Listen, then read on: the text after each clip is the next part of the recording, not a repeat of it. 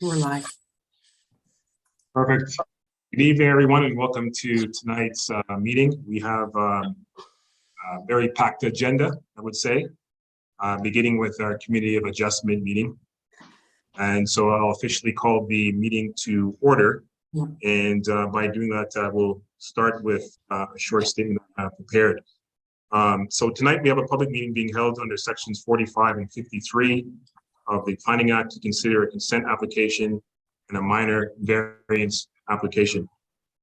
Consent application B21-05 is for property located at 22 Owen Sound Street in the town of Shelburne. Purpose and effect of the application is to sever a portion of the property to have a land area of approximately 305.7 square meters and 20.12 meters of frontage on 2nd Avenue West to create a new residential lot for a future single detached dwelling. The retained land will have an area of 5 to 5.4 square meters and is used for an existing converted dwelling with 3 dwelling units. Minor variance application A21-07 is for the property located at 485387 Side Road 30 in the town of Shelburne. The purpose and the effect of the application is to request relief from section 3.2.3 of the zoning bylaw, which limits the maximum accessory building height to 5 meters. The applicant is proposing height in accordance with the applicant is proposing a maximum building height of 8.5 meters as measured based on the median roof height in accordance with the zoning bylaw. The total height to the peak of the roof is approximately 10.5 meters. Additionally, relief from section 3.2.2 of the bylaw is required to allow the accessory buildings to be located closer to the south lot than the main buildings of the property. Minor variance file number A22/07 will apply only to 2 proposed accessory buildings. And finally, minor variance application A22-08 is for the property located at 715 Hammond Street in the town of Shelburne. The purpose of the minor variance application is to request relief from zoning bylaw 38-207, sections 3.4.1 and 5.68 in order to construct a converted dwelling unit within the existing single detached dwelling. The application is seeking relief from the regulations which prohibits converted dwelling units within a cellar as defined in the zoning bylaw. So at this time, I'll ask the clerk for the method of the meeting. Notice for tonight's applications and public meeting was advertised in local media sources. Notice is posted on the town's website, and property owners within a 60-meter radius have received notification.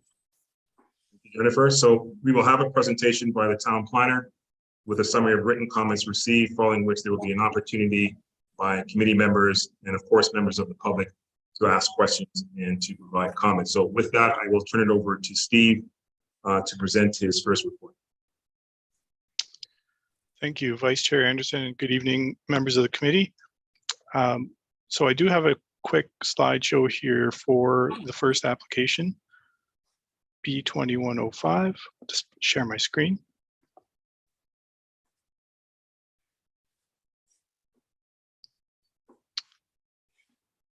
Did that come up okay, Vice Chair Anderson?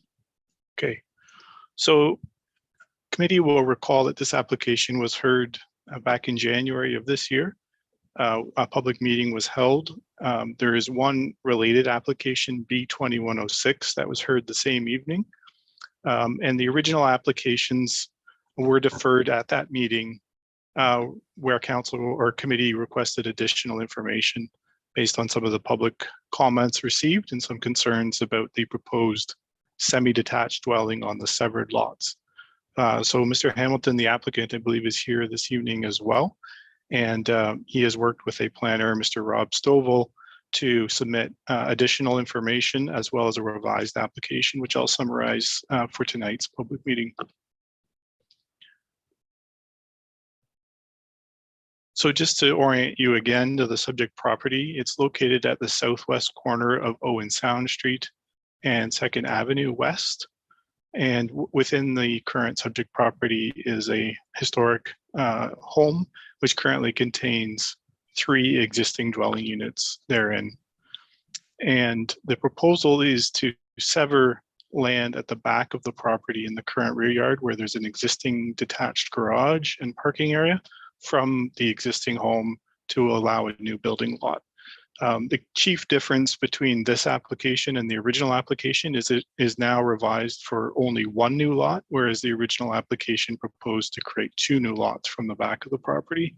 And rather than a semi-detached dwelling as in the original application, the new application proposes just a single detached dwelling in the proposed severed lot. There are a few other differences that I'll summarize in the presentation. But just to, again, refresh your memory, this is the existing distinct building. I'm sure it's hard not to notice as you're driving by. It's one of the, it doesn't have an official heritage designation, but certainly has some heritage building character. And the owner has restored this building after it had experienced a fire a few years ago. I've also just included a street view image of the existing detached garage at the back of the property. This is the building that would have to be removed in order to permit the existing, or sorry, the proposed new single detached dwelling on the severed lot. As you can see, the majority of the back of the property is currently paved for the existing parking area. Just in terms of the overall neighborhood context and location of the property, it is fairly close actually within the north limit of the downtown area. So good walking distance to the central core area. It also is located within an area characterized by similar homes of similar age, as well as some newer homes not quite as old to the west. And in the zoning bylaw, the property has an R4 zone, which allows for similar lot standards as R2, although the minimum lot area in R4 is reduced. It's 300 square meters, whereas in R2, it's 468 square meters for a single detached dwelling. The R4 zone also allows a smaller side yard as compared to the R2 zone.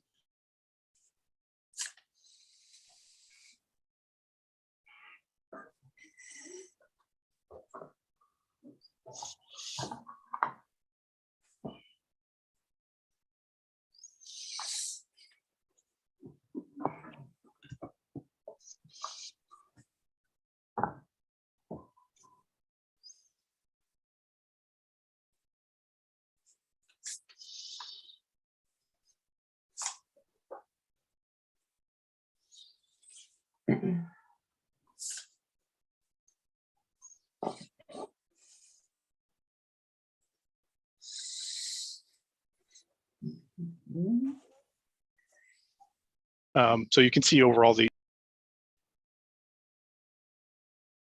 Awesome.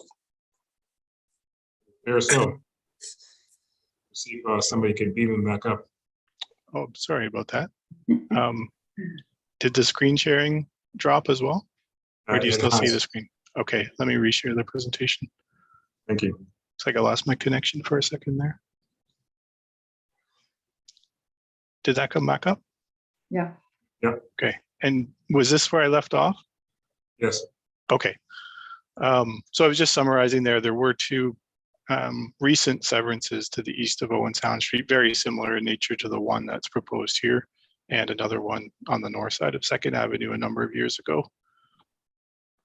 This is just the survey of the, an older survey of the existing lot. You can see the original application was proposing 2 lots of equal size for a semi-detached dwelling. Each lot would be approximately 150.5 square meters for a total area of 301 square meters for the severed lands. That application, though, has been revised as noted, and the new application proposes just 1 dwelling unit at the back of the property as a single detached dwelling, and just 1 lot at a slightly larger lot area of 305.7 square meters. So that certainly reduces the amount of parking and other things that the proposed severed lot will be required to accommodate. It also allows for a bit larger dwelling unit area and a larger setback from the existing public rear lane to the west. So we put this table in our report. It just summarizes some of the key differences between the original applications, plural, where there was 2 severances proposed, with the revised application B2105, where there's just 1 severance proposed. Mentioned the lot area, the frontage of the severed lot or the retained lot. The severed lot will be larger than originally proposed. So originally each lot was going to be a little less than 10 meters.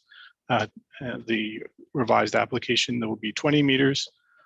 The front yard hadn't been specifically identified or dimensioned in the original application. 2 meters is proposed as shown on this sketch. And that is consistent with the existing exterior side yard and established building line of the existing dwelling. So parking for the proposed new home would be located off the rear lane instead of in front of the dwelling. The rear yard is about the same in both the original application and the proposed revised application at about 3.7 meters. One of the main differences is originally only 1.37 meter side yards were proposed on either side of the semi-detached dwelling, whereas in the new application, there's a much larger westerly side yard of 6.1 meters and a smaller easterly side yard abutting the rear of the existing home of 0.6 meter. So it effectively more than doubles the amount of building area available with just the 1 unit, as opposed to trying to squeeze in 2 very small semi-detached units. And the coverage will be, I think, slightly less, or about almost similar to the original application in terms of the total building area, but again, just for 1 unit as opposed to 2 units. One of the conditions of approval, as in the January report on this application and as required for the current revised application, is an amendment to the zoning bylaw will be required. And so this ultimately will come back to town council at a later date if the committee grants conditional approval of the variant of the consent, just to make sure that the severed and retained lots are put into appropriate zones to recognize the proposed yards. In particular, the proposed rear yard is reduced from the typical standard of 7.5 meters. However, that is a rear yard that has been permitted for other similar corner lot severances, and it is offset by the side yard, which will be increased from 1.2 meters to 6.1 meters on the west side. So there's a bit of give and take required there, a larger side yard in exchange for a reduced rear yard, which is something that the committee has allowed for other severances of this type. Just in summary, in terms of the policy considerations, which are outlined in our report, it is at the north edge of the downtown core. It's designated as a mixed-use corridor, and it is in a location where all of the planning documents support and encourage intensification of housing within the built-up area for a number of reasons. So there are 6 conditions recommended in my report. This is a second public meeting for this application, so the committee's consideration of my recommendations in these conditions is without the benefit of any further public input we may receive tonight. So I've advised in my report that that should also be considered in making a final determination on this application. Committee has the option to approve with conditions, to further defer the application if you feel any additional information is required, or to refuse the application. The conditions that are recommended, though, are standard conditions in terms of the cash in lieu of parkland and the Secretary Treasurer certificate. I've mentioned the zoning bylaw amendment, which will require approval of town council. A consent agreement would also require town council approval at a later date, which would detail lot servicing requirements, grading, drainage, driveway location, removal of the existing detached garage. And you'll recall in the original report, there was a lot of discussion about the heritage impact of the building design and the proposed severance.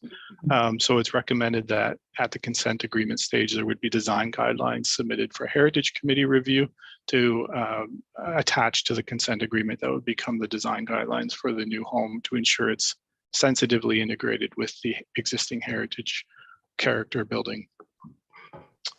Draft and final survey reference plan is required, and the applicant does have, under the Planning Act, 2 years to fulfill the conditions of approval. If the committee grants the proposed consent tonight, the next steps would be a notice of that decision. There is an appeal period, regardless of whatever decision is made, whether it's an approval or a refusal. If approved, then the conditions must be satisfied within 2 years. A zoning bylaw amendment application is one of those requirements, as well as the consent agreement and the design guidelines. When all the conditions have been fulfilled, there will be a consent certificate issued. Then the lot must be registered and a transfer must be registered in the ownership name within 2 years of that date. And then prior to a building permit application, we would confirm with the town engineer that servicing allocation is available, and review the final details of the building permit application, and ensure that lot grading, servicing, and construction are properly addressed at that stage. Since our report was submitted for the agenda, we did receive a public comment this afternoon, and I believe the authors of that letter are here this evening as well. So that's a letter received today from Harold Arnold and Beverly Ford Arnold, residents of 125 2nd Avenue West. It's about a 4-page letter, so I won't read it all to the committee, but just to summarize some of the issues and concerns raised, the chief concern, I think, and the number one item I addressed is concern about future and existing drainage issues. So they're just noting, as they did back in January, that they do experience some drainage concerns and problems on their property, and have observed that of other properties in the area, and are concerned that an additional dwelling on the proposed lot would potentially exacerbate that problem. Snow storage is identified as a concern as well, which also relates to drainage concerns outlined in their letter, because obviously the snow has to melt. And then there is a concern raised about safety of children who use the back lanes, just with the proposal to have another driveway on the back lane. They provided some background information as well about their property and their experience in the neighborhood. Certainly if you have any questions or need further details about their concerns in their letter, I'd be happy to try and summarize those for you. We did also receive a response from the County of Dufferin, just indicating that confirmation should be made that there's no source water protection impacts, and there aren't any, because it is just a residential severance on full municipal services. No other comments or objections have been received, although there were a number of written submissions with the prior application, as well as some members of the public who attended the prior public meeting in January. So those are summarized in the reports, and in our opinion, have for the most part been addressed through the revised application. However, some of the concerns will be addressed ultimately through the remaining steps in the process, including the detailed lot grading plan, servicing plans, landscaping, and all of those details that will come later in the process. So I'll pause there and see if there's any questions of the committee, and then Mr. Chair, after that, there's an opportunity for public questions and comments as well. Thank you. Thank you. And before I actually turn it over to, I see that Member Buffett has her hand up.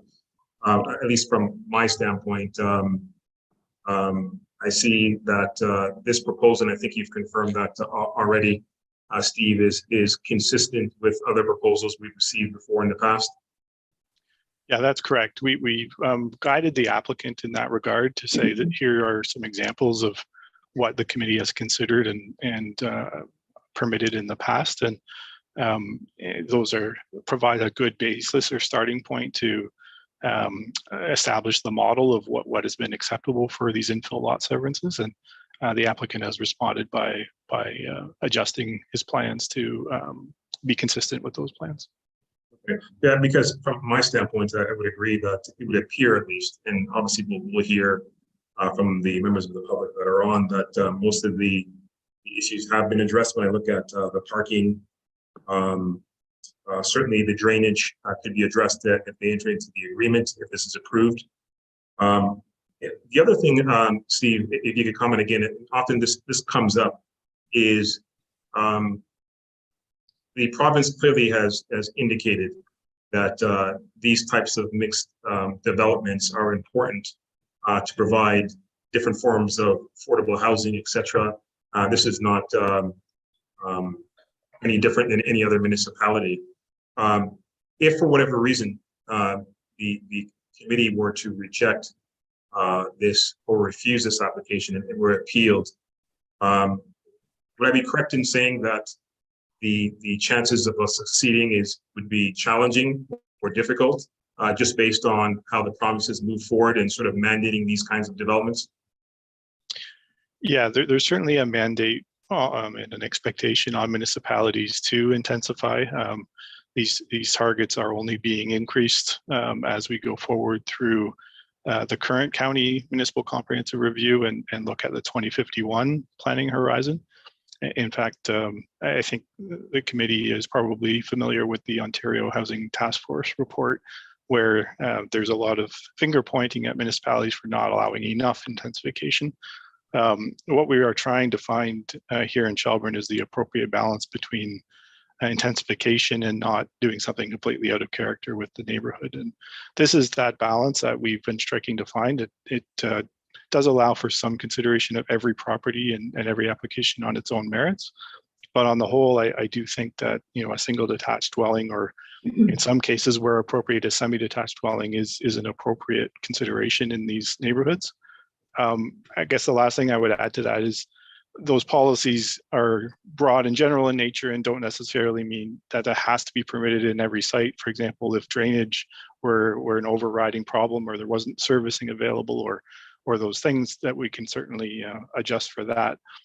But in terms of drainage being one of the concerns with this property, I would note that the existing impermeable area is already very similar to what the new impermeable area would be with a dwelling, and there is a building already there.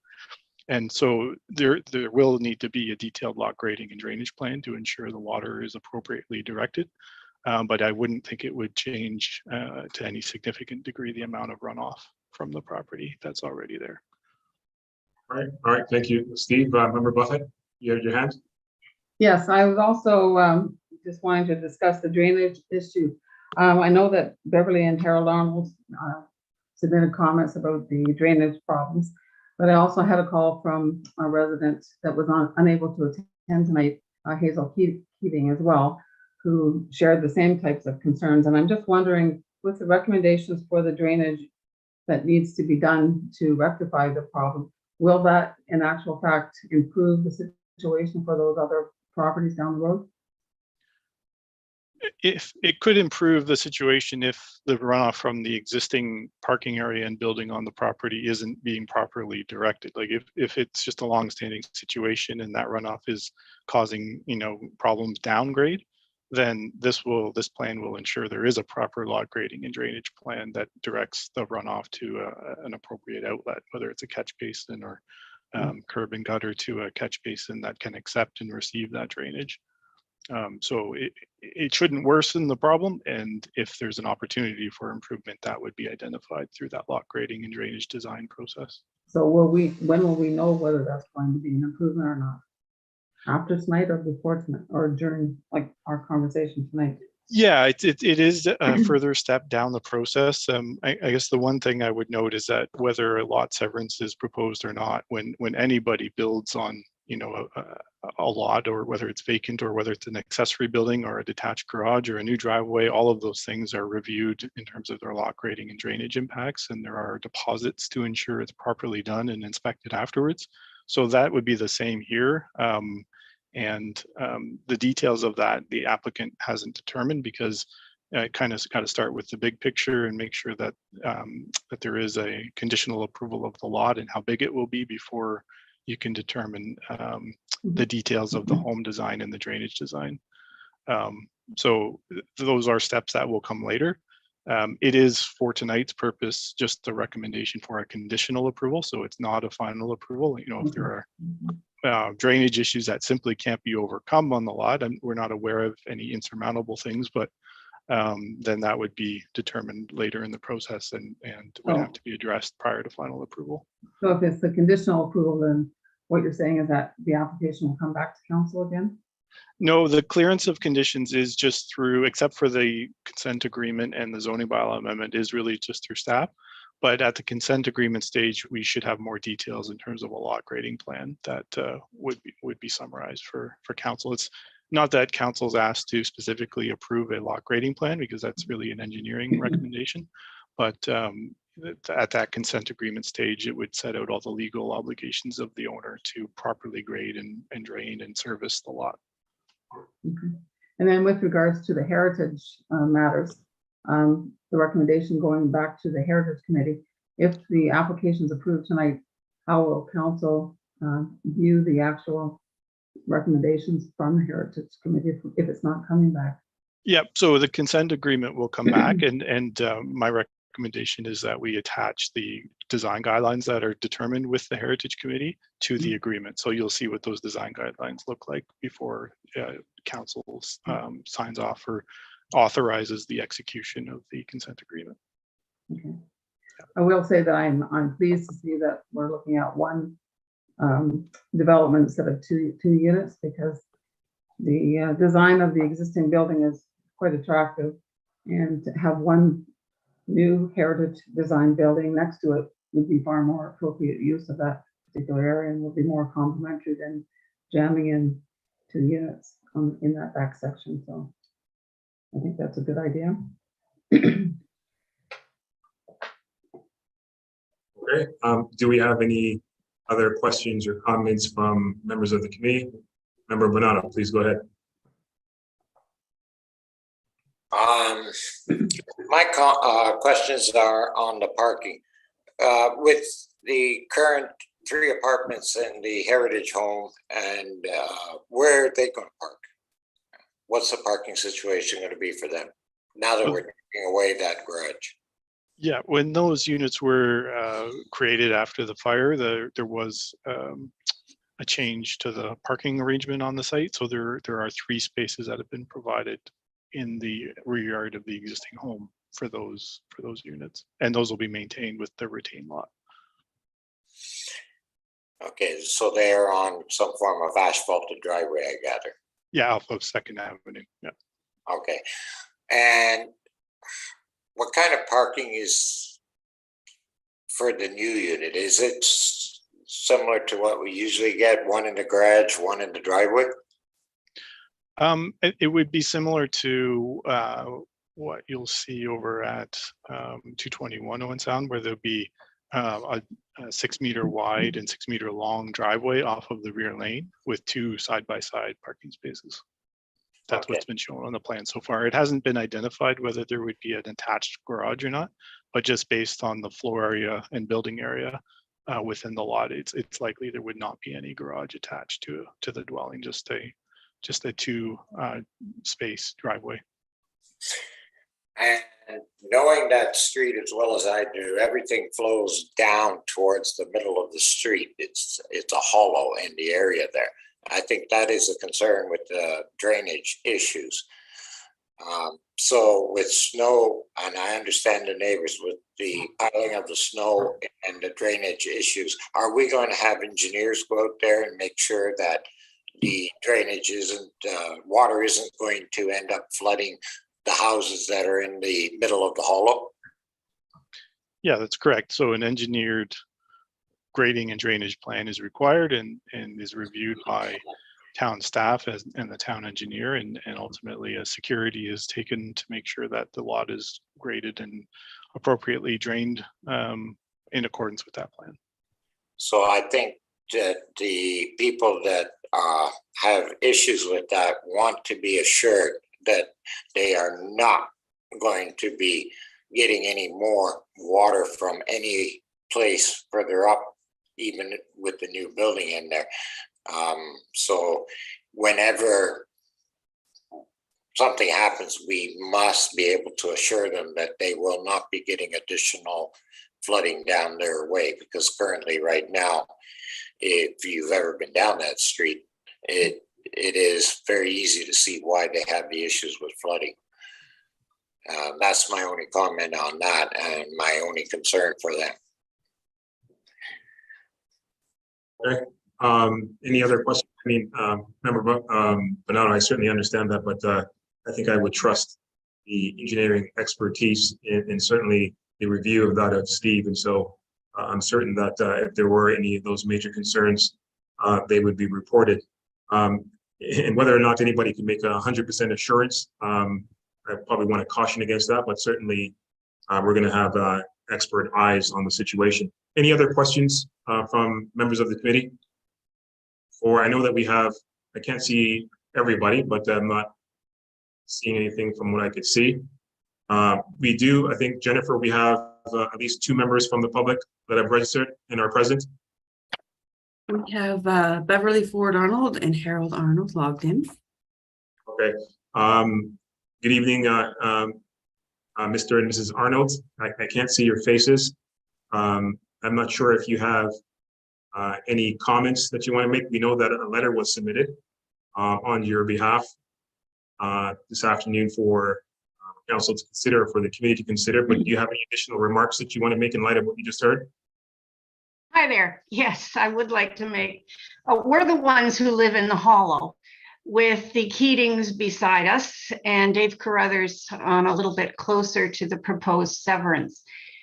Just about 3 or 4 weeks ago with that last bad storm, poor Dave, his backyard was almost completely flooded up into almost to his porch. So the ongoing issues are ongoing. Now, Dave told us quite a few years ago that Mr. Jilks, who owned our house up until 1987 when we bought, he used to go out and control the town works people who were working the grading.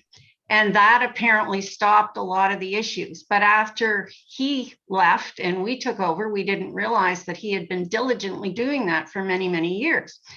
So as a result, not only if you go down the back lane, you will actually see that there's a foot drop into our backyard. And that has been caused by the inept drainage by the town staff as they have been grading the back lanes. And that has exacerbated a lot of the issues over time, so that the people on the south, on the first street, they actually now have their driveways go out onto the existing back lanes, and they're now higher than we are, and we're so low. Now, my big concern, I applaud for going from 2 to 1. I think that will be a definite improvement, no question there. But my big concern, if you have walked along that path, as I have literally thousands of times, there is a small retaining wall that leads on that side from that lane to where those garages are. If that's taken down and that's actually where it's intended for the parking, that's going to be somehow graded. And I don't honestly know how they're going to stop more water from flowing down. That beats me how that's going to happen. I would guess that if there was another retaining wall and people come in off the existing entrance for parking from 2nd Avenue, that might help a little bit. But if there's going to be an engineer that's going to be dealing with, and you know, the ironic thing is my father was the drainage engineer for the Ministry of Transportation for many years. Anyways, there has to be some correction by the town. They have to be aware of how it's graded, how the staff that do the grading have to know how to grade it once it's actually the infrastructure has been put in. I honestly suspect, I don't know how it can be done. I'm not a drainage engineer. I hope that it's corrected, but we have got a wet basement. It's a cellar. I mean, it's a very old house. We have constant water that comes in. The back yard can have a lot of water that's caught in there because it can't get across the lane to the, what's it called? The catch basin that's almost directly behind our property, because it physically can't get there because the town has graded the properties for, it's so high now it can't drain there. So we're the ones that get all the water. The 3 of us, the Carruthers, the Keatings, and we get all that water that comes down. It's really a problem. And so I think we need, if there's going to be drainage engineers, they have to talk to us so we can show them some of the problems. Because I don't think if you're just looking at that problem, you're not aware of where all that water is coming from and what's happening. There's one young gentleman that's operating the grader. I think he's works for someone hired by the town. I was talking to him this summer, and he started grading. He said the problem is the young guys don't know how to operate the graders, and they don't know how to move it, so it changes the grading. And so when I explained the problem, he alleviated a little bit of it. So some of the stuff coming down goes down to that stormwater catch basin behind us a little bit, but we still get some. But it still can seep in from Dave's, then the Keatings, and into ourselves. And I don't know. Again, I'm not a drainage engineer, but it's a massive problem. Thank you for that, Mrs. Arnold. And I think it's fair to say that I'm certainly sorry that you've had to experience this. Certainly don't want anybody in our town to have to go through what you went through. But we've heard Steve say that we're going to have the proper eyes and the engineers on this. Steve, I don't know if there's an opportunity. Ms. Arnold has sort of suggested that maybe when the engineers come out there, where there's an opportunity for, if they're going to be present, at least maybe to have the engineers hear what they have to say, whether it's some sort of input. I know that today's meeting is their opportunity to provide input, but I don't want to sort of put any additional burden on staff. But if there's that opportunity, I think that'd probably be of some assistance to the Arnolds to feel a little bit more comfort in what's happening. Through you, Vice Chair, and to the Arnolds, I definitely will, we're working with Jim, advise the drainage engineers that will be inspecting this to become familiar with, if they're not already, with the conditions going down the rear lane, especially if there's any possibility that some of the runoff from this property development could be headed that way. The goal of any of these drainage plans is to ensure that wherever the water goes before, that's where it goes after, unless where it's going before is a problem, then to fix that problem. So that would be the goal here. I don't know the details and can't explain those details as I don't have them yet in terms of exactly how that would be designed and graded, but you know, it isn't necessarily, by the sounds of it, a problem that can entirely be related to this, you know, severance or the property that's subject to the application. However, it is to the point being made here, very important that the drainage engineers, and they're looking at this, know the conditions downstream and down the hill so that it doesn't add to that problem. So I hope Mr. and Mrs. Arnold that this provides some level of comfort, and we'll see certainly if we move forward with the conditional approval as to whether this could be permanently addressed moving forward. I'm not sort of presupposing what's going to happen, but if it does go forward, my only hope is that this situation is finally rectified. Any other, is the applicant on as well? I just want to make sure if the applicant is on that he has an opportunity to respond or make any remarks. Yes, I'm here. Mr. Hamilton, please go ahead. Hi, good afternoon, everybody, or good evening, and thank you for again taking the time to review this. And I do, and I actually know Mr. and Mrs. Arnold more, and I do understand their concerns. And again, being a longtime resident of this town, I'm not just trying to swindle something through the town here to do. Like, I'm proud to be in this town, and as you can see with the Bonavista, as I mentioned earlier, I take pride in what when I go to support the local businesses. I don't want to have to walk away because I've screwed somebody or something like that on a deal or something. So I understand what they're saying, but again, as Mr. Steve had pointed out, that I don't think it's all entirely related to this application. Now, again, we'll work with the engineers and the drainage and that for this, and I will be here to meet with them, and I have no problem explaining to them the concerns that Mr. and Mrs. Arnold have down, and the other two neighbors in that. As the retaining wall she's mentioned, so right now all the drainage runs down that I have for as Mr. Bernardo had questioned the existing parking. So I've got the existing detached garage that is there now. That is all parking, just for overflow parking and visitor parking, and I park a trailer and that stuff there. But I also have the parking that is there for the existing units, the 3 units that are there. There's spots for 6 vehicles there. So all that drainage actually right now goes down to 2nd Avenue, that goes down to that hollow. But also on the north side of 2nd Avenue, all those houses that are pre-existing there for many years, and there's a couple are way up, they're set back quite a bit. So if we get snow, and I can't control Mother Nature for the amount of snow she's going to drop and flow down to that street. So right now, all my drainage water does flow down to 2nd Avenue, existing here, and it would remain that way, or to 2nd Avenue. So for the retaining wall, again, I'm open to ideas with what the drainage engineer thinks, because if I take out that retaining wall, it would maybe, if I graded it down towards the back lane, that's where every other house south of me on Owen Sound Street, all their driveways go to that back lane. Nobody can back onto Owen Sound Street because of the traffic that coming out. So all their driveways are on there. And I know several of my neighbors, they have no backyards. So they've got, well, my 2 adjacent neighbors, one on the other side of the back lane and my one right beside me, they actually throw the snow over to my place because they've got nowhere to put it. So all that snow actually still drains down that back lane. So one way, it's going to go one way or the other. So again, I'm open to working with the engineer and the grading people to come up with a solution.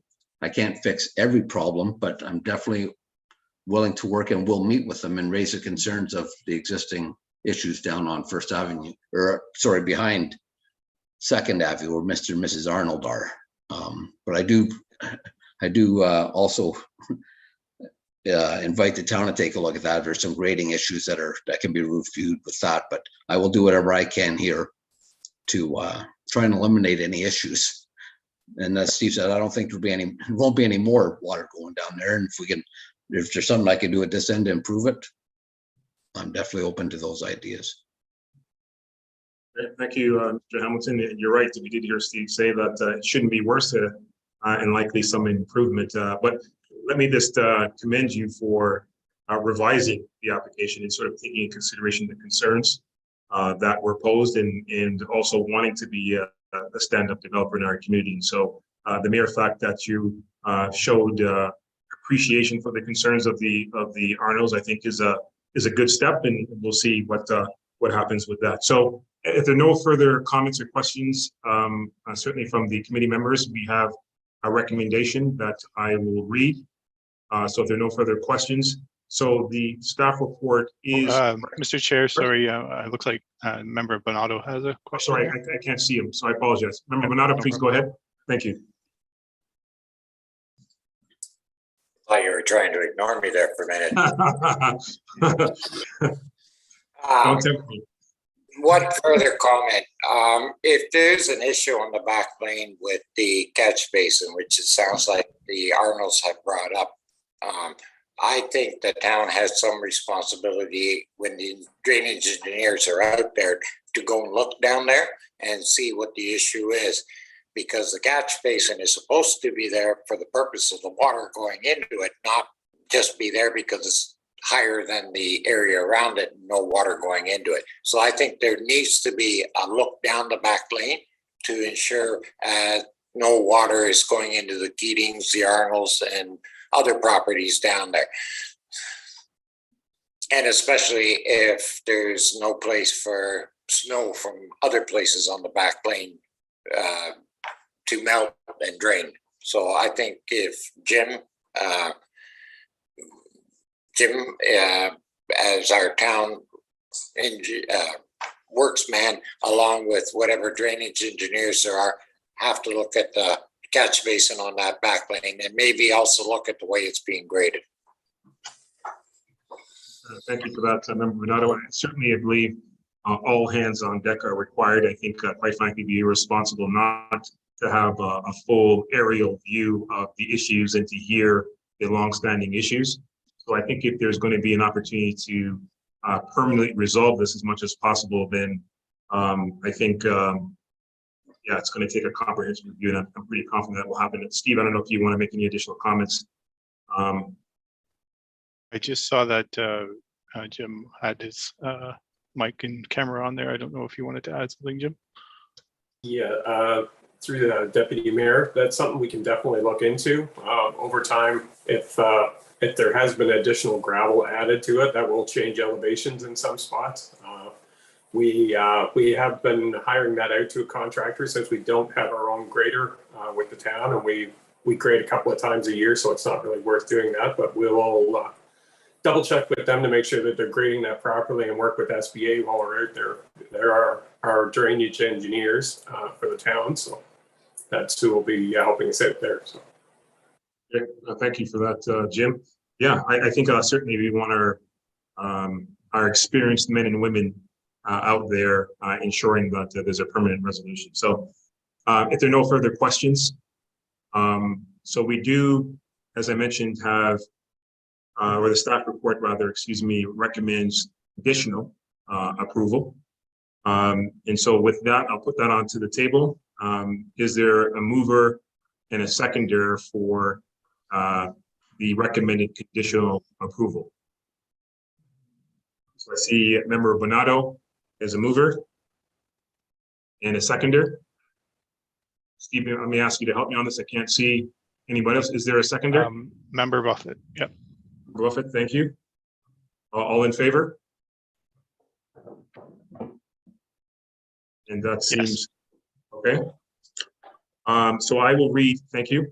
So I will read the prepared statement that I have here. It says, after considering the application, the committee is satisfied with allowing this consent for the purpose of severing approximately 305.7 square meters of land from the original 831 or 831.19 square meters of the lot area. The committee, having regard to those matters under section 5124 of the Planning Act, as amended, resolves to grant provisional consent subject to the following conditions being fulfilled. Bear with me on this. Number one, that the Secretary Treasurer certificate under subsection 53 of the Planning Act as amended shall be issued and the Secretary Treasurer fee be paid. Number two, the payment of cash in lieu of parkland at the rate of 5% of the value of the newly created lot.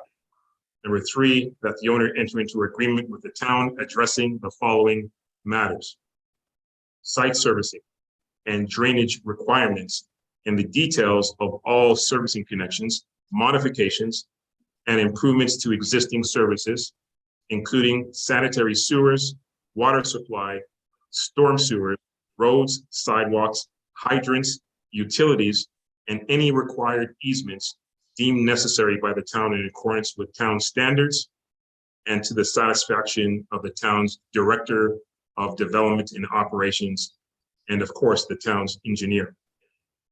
You're required to remove the existing detached garage and to construct a new driveway and required parking spaces on the severed lot. The requirement to provide drawings indicating the location and details of the driveway, including the requirement for replacement of any trees requiring removal to the satisfaction of the town. Design guidelines for the new dwelling to be constructed on the proposed severed lot with input from the Heritage Committee. The dedication of any required easements and or modifications of the existing overhead telecommunication lines to the satisfaction of applicable telecommunications providers, and the payment of required fees. That the owner obtained approval of a zoning bylaw amendment for the two resultant lots to a zone that will recognize the existing exterior side yard and porch encroachment of the existing dwelling on the retained lot, and that will accommodate appropriate minimum yards for a new single detached dwelling to be constructed on the severed lot. Approval of the draft reference plan as applicable shall be obtained at the Committee of Adjustment office, and the required number of prints being 3 of the resultant depositive reference plan shall be received. And lastly, the conditions are to be fulfilled and the consent is to be finalized on before 2 years from the date of the issuance of the committee's notice of decision.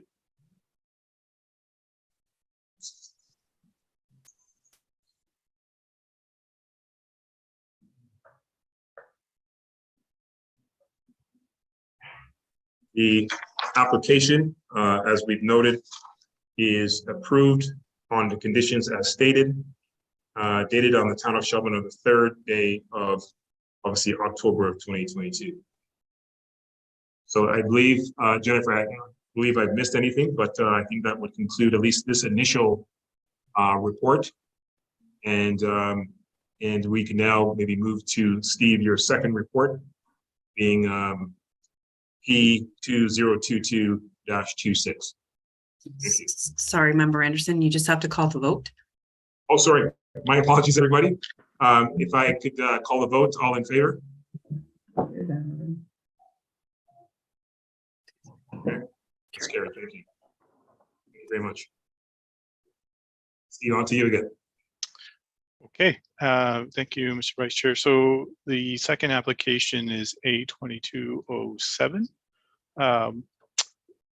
And it's an application for minor variance filed by Loft Planning on behalf of GOT Enterprises, Inc. Like the last public meeting, I do have a short PowerPoint presentation just to orient you to the application.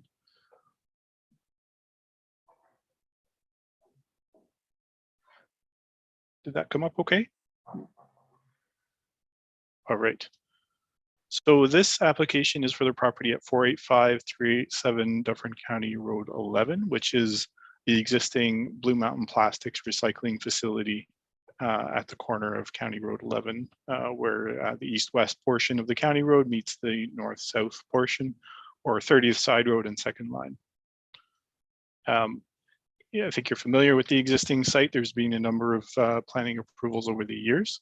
The operation for recycling plastic originally occupied the existing main building that existed before the industry moved in. And a number of years ago, a second building was constructed in the northwest corner of the property. You may recall there was a site plan amendment as well as a minor variance approval for that building, in part to deal with the height of that building, with a portion of it being in excess of the maximum height permitted by the zoning bylaw for that building. Yeah, the existing site conditions are pretty much as shown on this air photo. It's parking and loading areas to the south and west, respectively. There is a bit of material storage to the west of the existing building here. And the area of the site that's subject to this current application is this paved asphalt area where you see some trucks parked on the air photo in this location. So the applicant is proposing to construct two Quonset huts, or kind of prefabricated storage buildings, for the purposes of, and I'm sorry, this red square should actually be over here, for the purposes of storing recyclables in a covered building rather than having it in the outside exposed to the elements. So this is just a zoom in of the area of the site that is subject to this application. It is to the west of the existing driveway entrance in an existing paved area. The two buildings are shown in the dark black line outlined here. So they'd be two buildings of equal size and height, both approximately 70 feet wide by 150 feet long. And that together adds up to about 21,000 square feet, or 20,000 or 2,000 square meters of building area. The buildings themselves would sit on that paved area, so they don't require a basement or foundation to be excavated. However, the details of how they'll be secured to the paved area will be required as part of the site plan amendment and the building permit application. And obviously we'll have to comply with the Ontario Building Code in terms of the buildings being fixed to the ground. The main reason for the variance request is that with the height of the building, in order to accommodate the volume of storage and the types of vehicles that need to enter and exit the building, it exceeds the maximum height for an accessory building in the M1 industrial zone. So the maximum height under the bylaw is 5 meters, and the proposed variance is to allow for an 8.5 meter building height. By comparison, the existing buildings are approximately 8 to 10 meters, except for the tall part of the northerly building is up to 22 meters in height, I believe. The other reason for the variance is that these buildings will be closer to the south lot line or County Road 11 than the existing main building, which is to the northeast. However, they will still be set back quite a distance from the roadway at about 26 meters from the north side of County Road 11. This is the type of building, and the applicant submitted this as kind of the prefabricated building plans. So it is a pretty basic building with kind of a rounded top to it. And these kinds of prefabricated buildings are becoming more and more commonplace as kind of industrial storage facilities to allow, again, industries to put raw materials in an enclosed format that's sheltered from the weather. Generally, there's no, servicing like water or sewer, and there's been none of that identified for these buildings by the applicant. And similarly, it's usually just cold storage. It doesn't have any heating typically. Again, this red square should be over here. So the actual distance to the existing residential area in Amaranth Township to the southeast is further than identified here, but suffice it to say it's at least 350 meters. So it should be no impact in terms of the view of the buildings or any other impact that could be related to the residential area. Again, the purpose of the variance is for relief from the south setback and the maximum height. There is an application for site plan amendment in process at the same time, which details any drainage improvements required, as well as we are recommending that the site plan amendment, and we have provided comments to the applicant that we would like to see some landscaping between the south wall of these buildings and the county road to try and screen with trees and other measures the view of the buildings, given that they aren't going to have really any articulation on the facades that face the county road. And then, of course, one of the conditions being that there would be no new or additional servicing allocation with these buildings. So further details about the application are summarized in my report. There have been some comments received through the circulation process, but to date we have not received any public comments or objections and no agency or department objections. The applicant, Ms. Christine Loft, is as the planner for Blue Mountain Plastics, is here tonight as well and may have some comments to add with respect to the application. But that's a summary of my presentation and I'd be happy to take any questions. Thank you. Thank you, Steve. Any questions from members of the committee regarding this report? Okay, seeing none.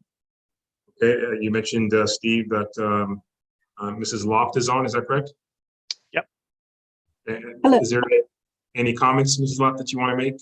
Yes, I just have a few short words, if that's okay, through you, Deputy Mayor. So my name is Christine Loft of Loft Planning, Inc., and I'm representing God Enterprises, Inc. Tonight with regard to a minor variance application to permit the increase in height for two proposed accessory structures on the property. So the proposal is a minor variance. It is required to vary section 3.2.3, where a maximum building height of 5 meters is permitted and 8.5 meters is requested. These are for accessory structures.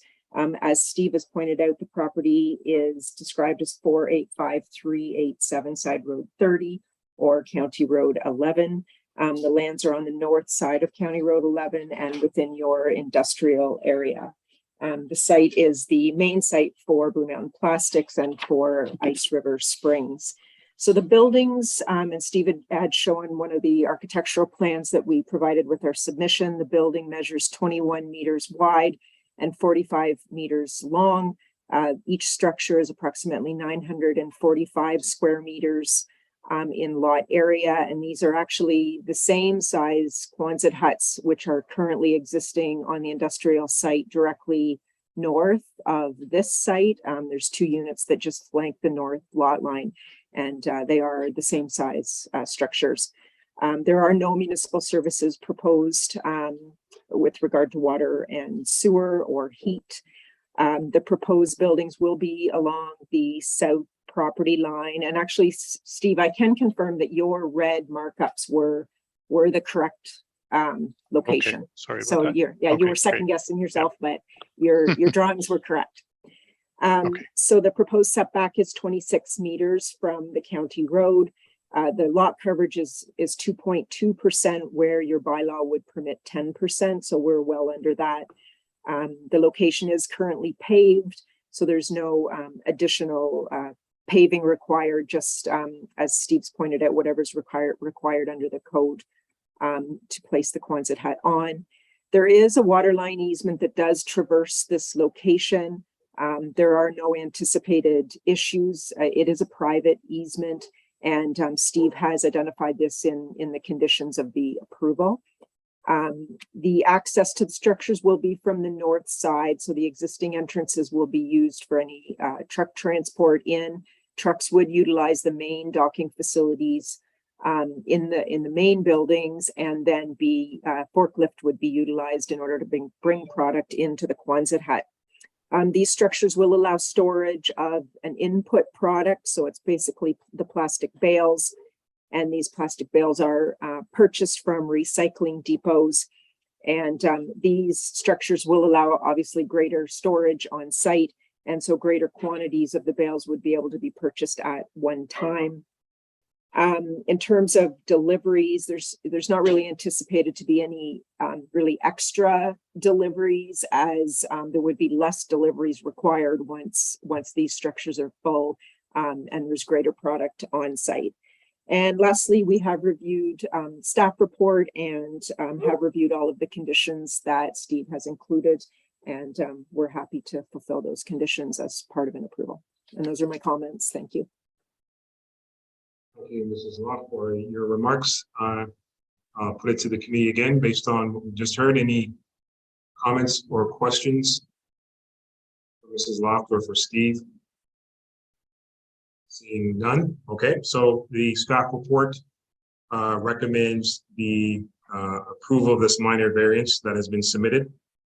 Can I have a mover and a seconder for that? So I see Member Buffett and Member Hall. Okay.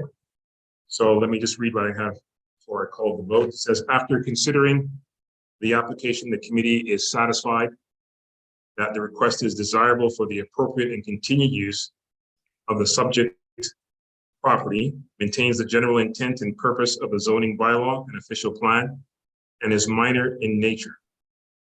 Accordingly, the committee resolves to grant the request. The minor variance is granted in accordance with the sketch plan provided to the committee and attached hereto, and subject to the following conditions. Number one, that the relief from the zoning bylaw is only for a maximum of 2 accessory storage buildings, Quonset huts, having a maximum combined gross floor area not exceeding 2,000 square meters and a maximum height of 8.5 meters measured between the average finished grade to the medium height of the roof, which shall be located no closer than 25 meters to the south lot line. Number two, that the owner shall obtain approval of the site plan amendment from the town of Shelburne for the proposed development of the additional buildings on the subject property and related site improvements. Number three, that the site plan amendment shall include tree plantings and or similar landscape screening along the south limit of the property between the proposed accessory storage buildings and the north side of County Road 11 to mitigate the visual impact of the proposed buildings.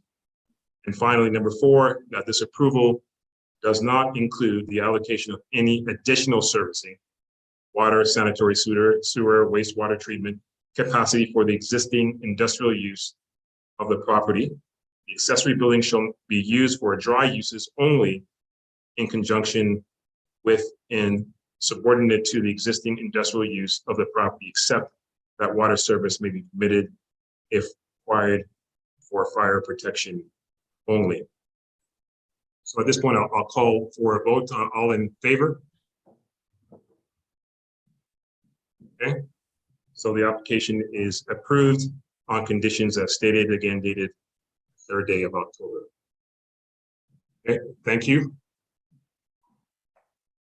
So now that will take us to our third report, which is P2022-07 or A22-08. Steve? Thank you. Yes, this is the third and final application for Committee of Adjustment this evening. This is an application filed for minor variance. It's A2208 filed by Andrew and Melissa Cunningham, and I believe the applicants are in attendance. It's for the property at 715 Hammond Street. So Hammond Street, for those not familiar, is in the Greenbrook Village subdivision. The existing home is outlined here.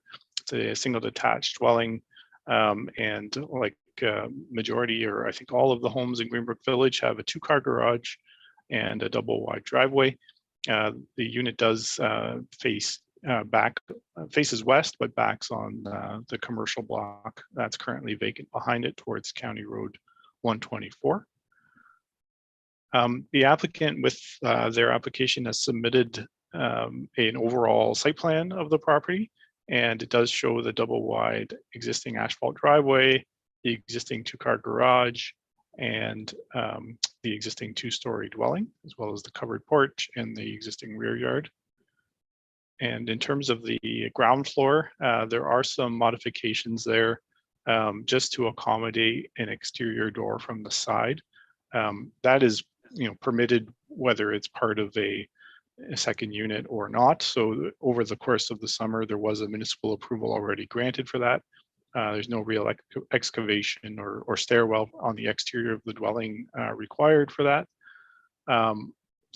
In the basement itself, the proposal is for a 2-bedroom second dwelling unit with a kitchen, living and dining area, as well as a separate washroom and some ancillary laundry and storage space. And so the entrance would be from that exterior side door and down the stairs into the unit. There are some window enlargements and new basement windows as well that were previously approved as part of a municipal approval over the summer, just to allow some more light and to address the egress requirements for the 2 bedrooms proposed. As with many of these applications, committees heard many minor variances on these over the past couple of years. The zoning bylaw, as we know, has different definitions for the word basement and cellar. And what we think of as a conventional basement in many homes in town is actually defined in the bylaw as a cellar. And that's where the majority of the vertical space in the lower level is below grade. And in order to allow a dwelling unit in the cellar portion, a variance is required because the bylaw otherwise does not permit a dwelling unit to be entirely located in a cellar.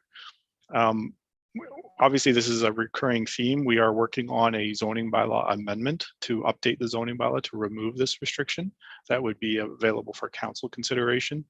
The applicant had been waiting on us to bring forward that amendment. However, there are some things that got added into the scope of the amendment as well as we're reviewing short-term rentals and Airbnb accommodations and the rules around that, and some other housekeeping matters that may need to be addressed in that bylaw. So didn't have enough time to get that bylaw advertised, considered by the public and in front of council before the end of this council term. So it will come back in the new year. In the meantime, the requirement for a variance continues until there are updates to the zoning bylaw approved by council. As with any of these applications, we've recommended 2 standard conditions. Council may recall that council authorized a couple of reserves for infill development, 10 cubic meters per day of flow capacity at the treatment plant to allow for infill during the 2022 calendar year and beyond if it's not fully used this year. As of this application, there's still capacity remaining in that reserve. And the conditions would just ensure that it's a use it or lose it approach by ensuring that that confirmation of reserve capacity is obtained before a municipal approval of a building permit is issued, and that the building permit itself is actually obtained within 1 year of that allocation. So we circulated the application in accordance with the Planning Act, And we did not receive any objections in response to the circulation or the public notice. However, we are here this evening to hear from members of the public should they have any comments, and the applicant as well, should they have anything to add. So with that, I'll welcome any comments or questions from the committee. Thank you. Thank you, Steve. Any questions from members of the committee regarding this application? Okay, seeing none, I see that Mr. Cunningham is on, the applicant. Mr. Cunningham, you want to turn your camera on if you want to make any remarks this evening? Just say thank you to council, the Deputy Mayor. Thank you, Jennifer. Thank you, Steve. Really appreciate the council, and we look forward to having the permit to proceed forward. Thank you very much. Thank you, Andrew. Jennifer, is anybody else on from the public regarding this application? We did have 2 members of the public registered to attend, but they have not logged in. Okay, and they haven't submitted any comments for consideration? No, sir. All right. Okay. The staff report is once again recommending approval of the minor variance application that has been submitted. So at this point, I will ask for a mover and a seconder, please. Member Buffett and Member Bonato. Okay. All right. So after considering the application, the committee is satisfied that the request is minor in nature, desirable for the appropriate and continued use of the subject property, and maintains the general intent and purpose of the zoning bylaw and official plan. Accordingly, the committee resolves to grant the request. The minor variance is granted to permit a converted dwelling at 715 Hammond Street with the second dwelling unit located in the lower level of the existing dwelling, notwithstanding that the zoning bylaw does not permit a dwelling unit within a cellar as defined in the bylaw, subject to the following 2 conditions. Number 1, the owner shall obtain confirmation of sufficient reserve servicing capacity by the town engineer for the stage 1 area and allocation of servicing for the additional residential unit prior to the municipal approval of a building permit. And number 2, the owner shall obtain a building permit for the additional residential unit within 1 year of satisfying condition 1, failing which the servicing allocation shall be revoked and this minor variance shall lapse unless the committee grants an extension prior to expiry. Before I call the vote, out of full transparency, I did reach out to the clerk earlier today to advise that I do know the applicant, Mr. Cunningham, and out of abundance of caution, I've decided to abstain from voting on this application. So with that, I will call the vote. All in favor? Okay. So the application is approved as stated, once again dated October 3rd, 2022. Thank you. All right.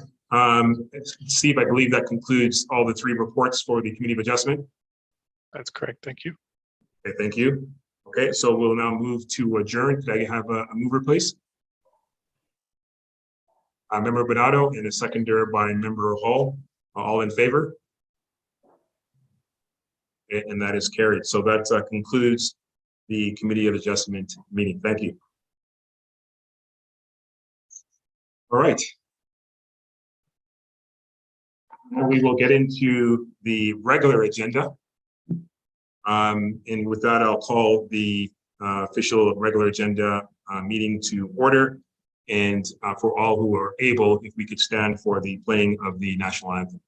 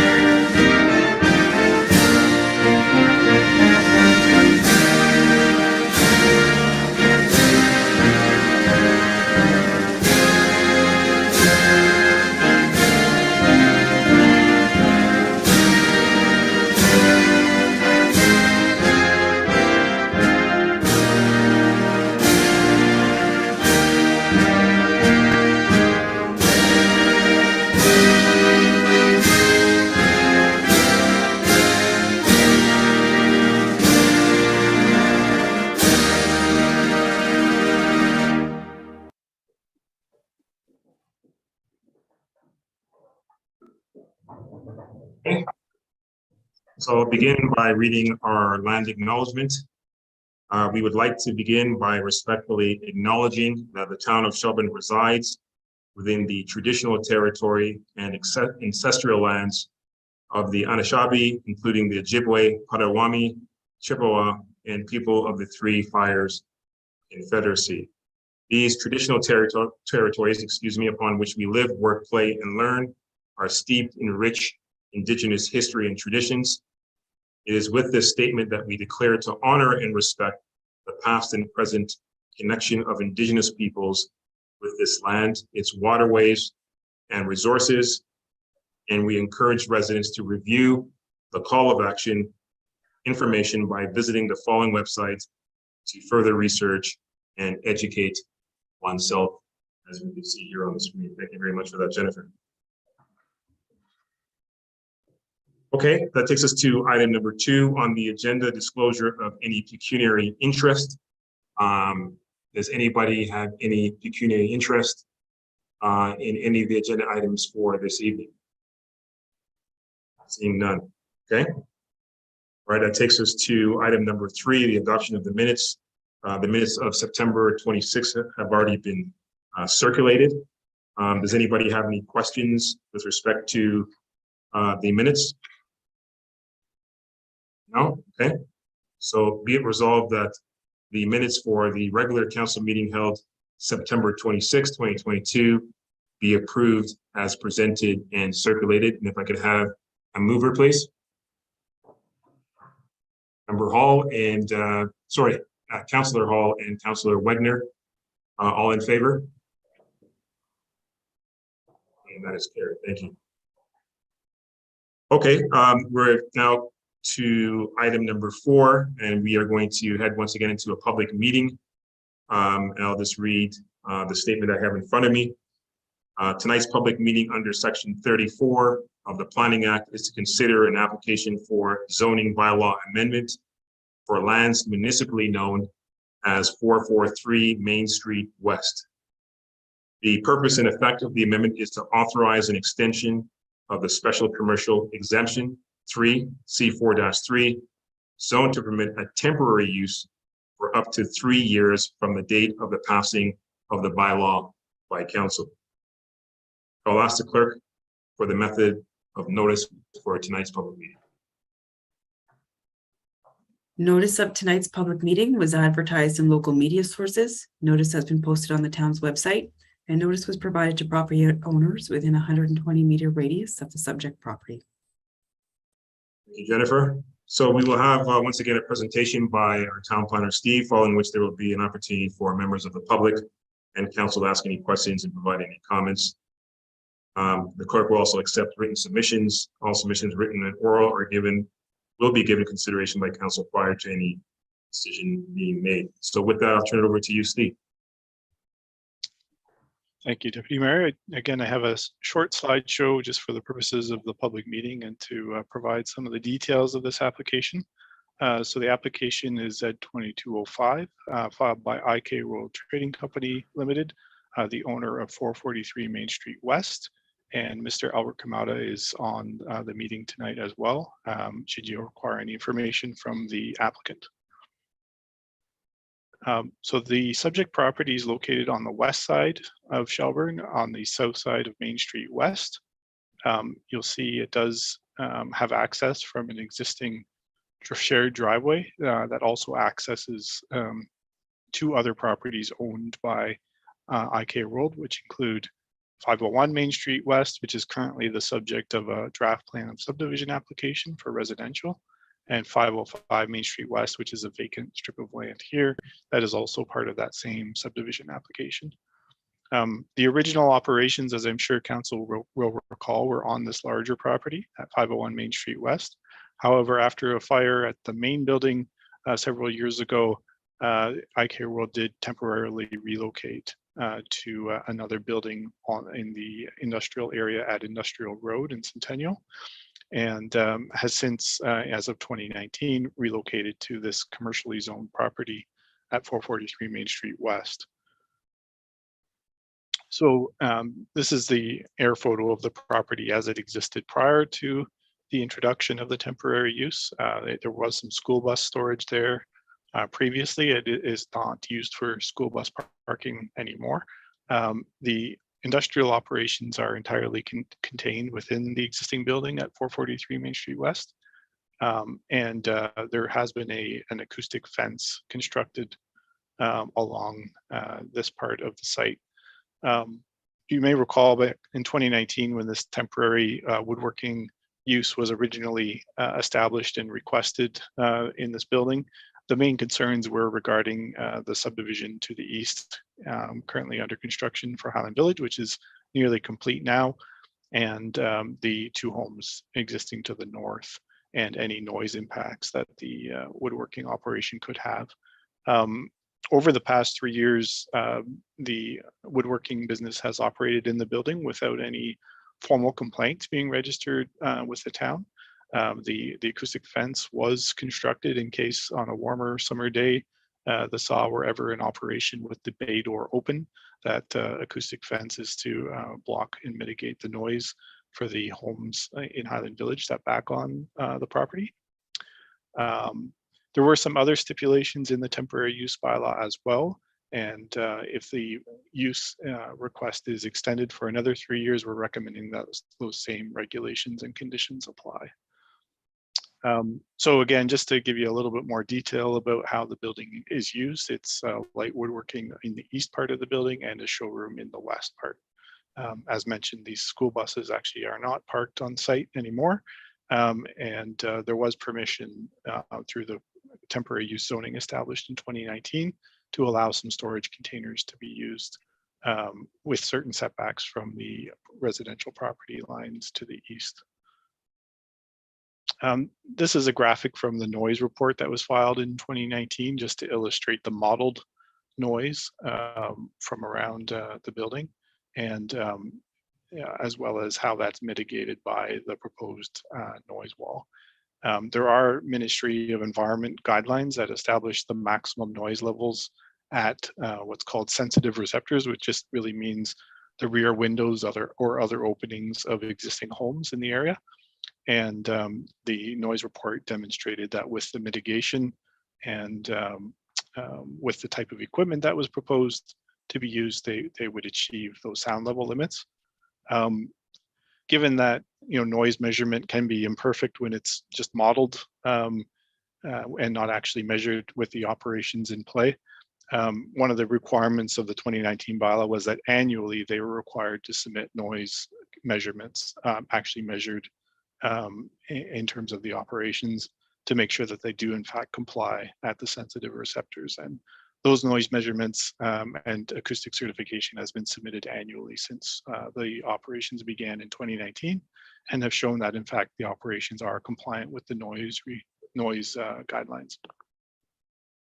So just to recap, the request is for extension of the existing industrial use, which is for a woodworking production business for another 3 years. One of the reasons for the request is that the thought at the time in 2019 was that maybe by 2022, after the first 3 years, the business might be winding down or might have another location for a permanent facility, and that the site surrounding it would be under development, possibly for a subdivision. However, given the situation with servicing capacity, the subdivision development process will have a ways to go still in terms of securing that allocation with future wastewater plant upgrades. So the applicant has sought continuation of the woodworking business for another 3 years. It does permit up to 4 shipping containers under the current zoning, and that would be part of the extended temporary use as well. Ontario Building Code and Fire Protection and Prevention Act compliance is required to be maintained by the owner. The sound barrier is required, and it is installed as mentioned, and we would sustain the requirement for annual noise measurement. And that if there is any new equipment introduced into the operation, that the sound level limits would have to comply with the sound guidelines. There's also a requirement that trucks are not permitted to park or idle on Highway 89 or at the property at 443 Main Street West. And then again, we would recommend, if this is extended, that the same requirements apply, that the temporary use would be allowed to continue for as long as those sound level limits continue to be complied with based on annual noise measurements, up to 3 years, unless, again, the bylaw is extended. So with these temporary use provisions, the applicant does have the ability to request extensions every 3 years. And council has the option to extend the bylaw for any time frame up to 3 years that it feels is appropriate. In this case, the applicant has requested the full 3 years. And as long as the applicant makes application to extend it before it expires, council could continue to extend it into the future if it's satisfied that the temporary use remains appropriate.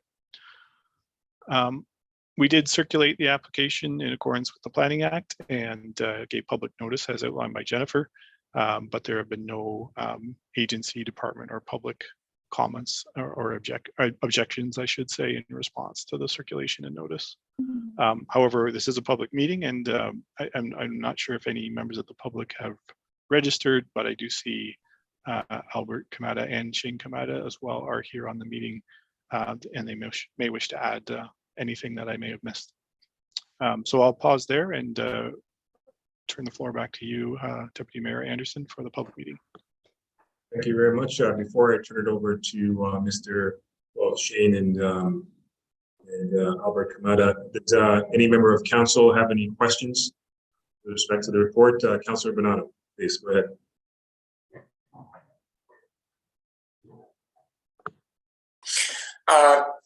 That question for Steve.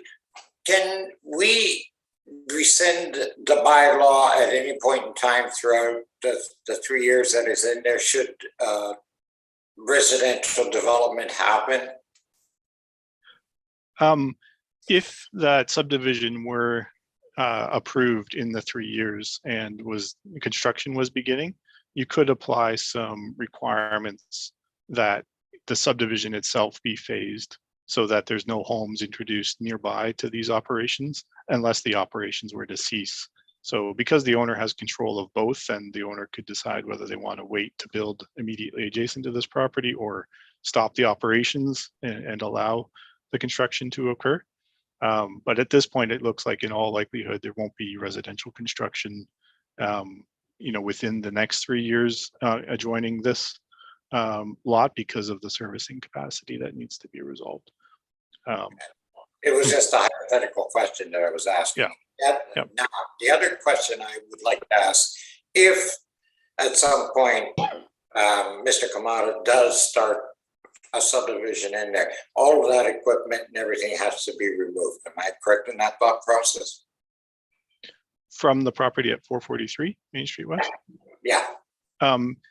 It wouldn't have to be removed until the temporary use expires. The owner could remove it beforehand, but no residential development could occur in an area that would violate the sound level limits. So if the operations are generating the potential for sound complaints in any new home that's proposed, that new home couldn't be built until the source of noise is gone, or there's additional mitigation to make sure that the noise doesn't create a compliance problem for the new dwelling. Okay, thank you. That was all.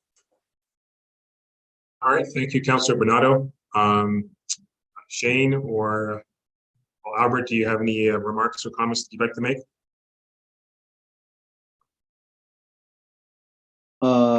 Good evening. Good evening, members of council. Thank you very much for circulating this request, and thank you very much, Steve, and also Jennifer.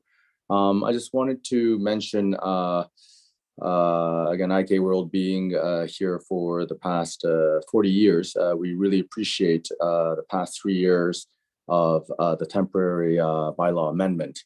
And we will be as compliant as possible and be mindful of the residents around us. And we will continue to keep noise levels down and make sure that everything is in compliance with the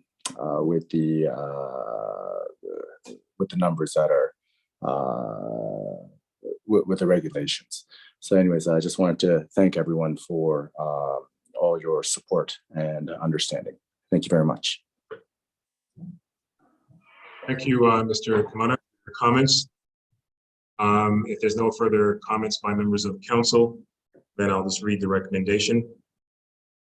Be it resolved that council receives report P2022-28 for information, and that leave be given for the reading and enacting of bylaw 49-2022, being a bylaw to amend zoning bylaw number 38-2007, as amended by bylaw number 51-2019, by authorizing an extension of the special commercial exemption 3 C4-3 zone to permit a temporary use for up to 3 years from the date of the passing of the bylaw by council. For the land known municipally as 443 Main Street West in the town of Shelburne, as shown as Schedule A1 to the bylaw. With that, could I get a mover and a seconder, please? See Councillor Buffett and Councillor Wagner. Any further discussion? All in favor? And that is carried. Jennifer, because we entered into the public meeting, do I need to do an adjournment here, or I just transition on to the next item? You can just transition on to the next item. Thank you very much. Okay, so that takes us, thank you, Steve. That takes us to our public question period. And Jennifer, I don't believe we have any members of the public with any questions. No, sir, not this evening. Okay, and there are no presentations or deputations as well, from what I can see as well. So that takes us to item number 6, council inquiries. Does any member of council have any council inquiries this evening? I see your hand. Go ahead, Councillor Bernard. I have a couple of inquiries, and that's one of them is concerning the storm water ponds at the corner of, I believe it's Barnett, am I right? Yeah, Barnett and Highway 89. Throughout the summer, residents there have seen up to 50 different children playing around the stormwater ponds. And I'm curious as to when natural vegetation is going to be planted there to prevent the possibility of those children who go right down to the water because they want to collect frogs, snakes, and other things, unfortunately, and play around there. When is natural vegetation similar to what we have on O'Reilly Street stormwater pond to prevent the children from playing around that those stormwater ponds and prevent a potential of those children, one of them slipping and eventually possibly drowning in one of those ponds, because there's quite a bit of water in them right now. Okay. Okay, Steve, please go ahead. Yeah, I can start through you, Mr. Deputy Mayor, to Councillor Bernardo, and Jim or others could add if I miss anything. The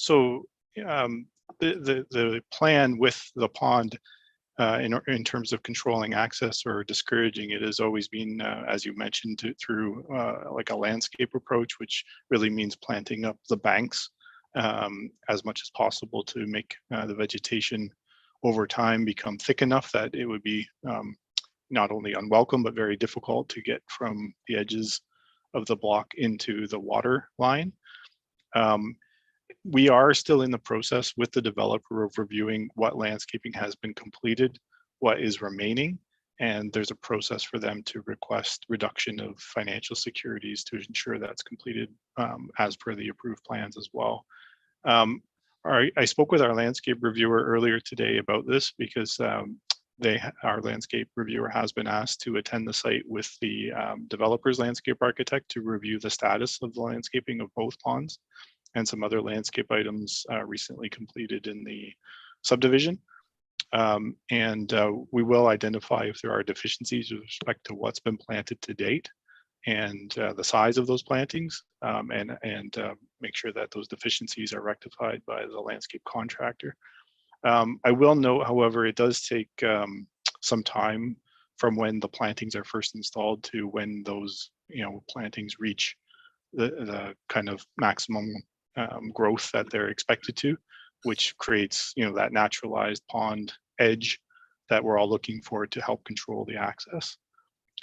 So I can't comment yet without the landscaper reviewer having taken a close look at this recently on whether they're satisfied with what has been done so far, and if it's just a matter of time, or if there is more planting work that needs to occur to ensure that this does naturalize to reach that point of controlling access.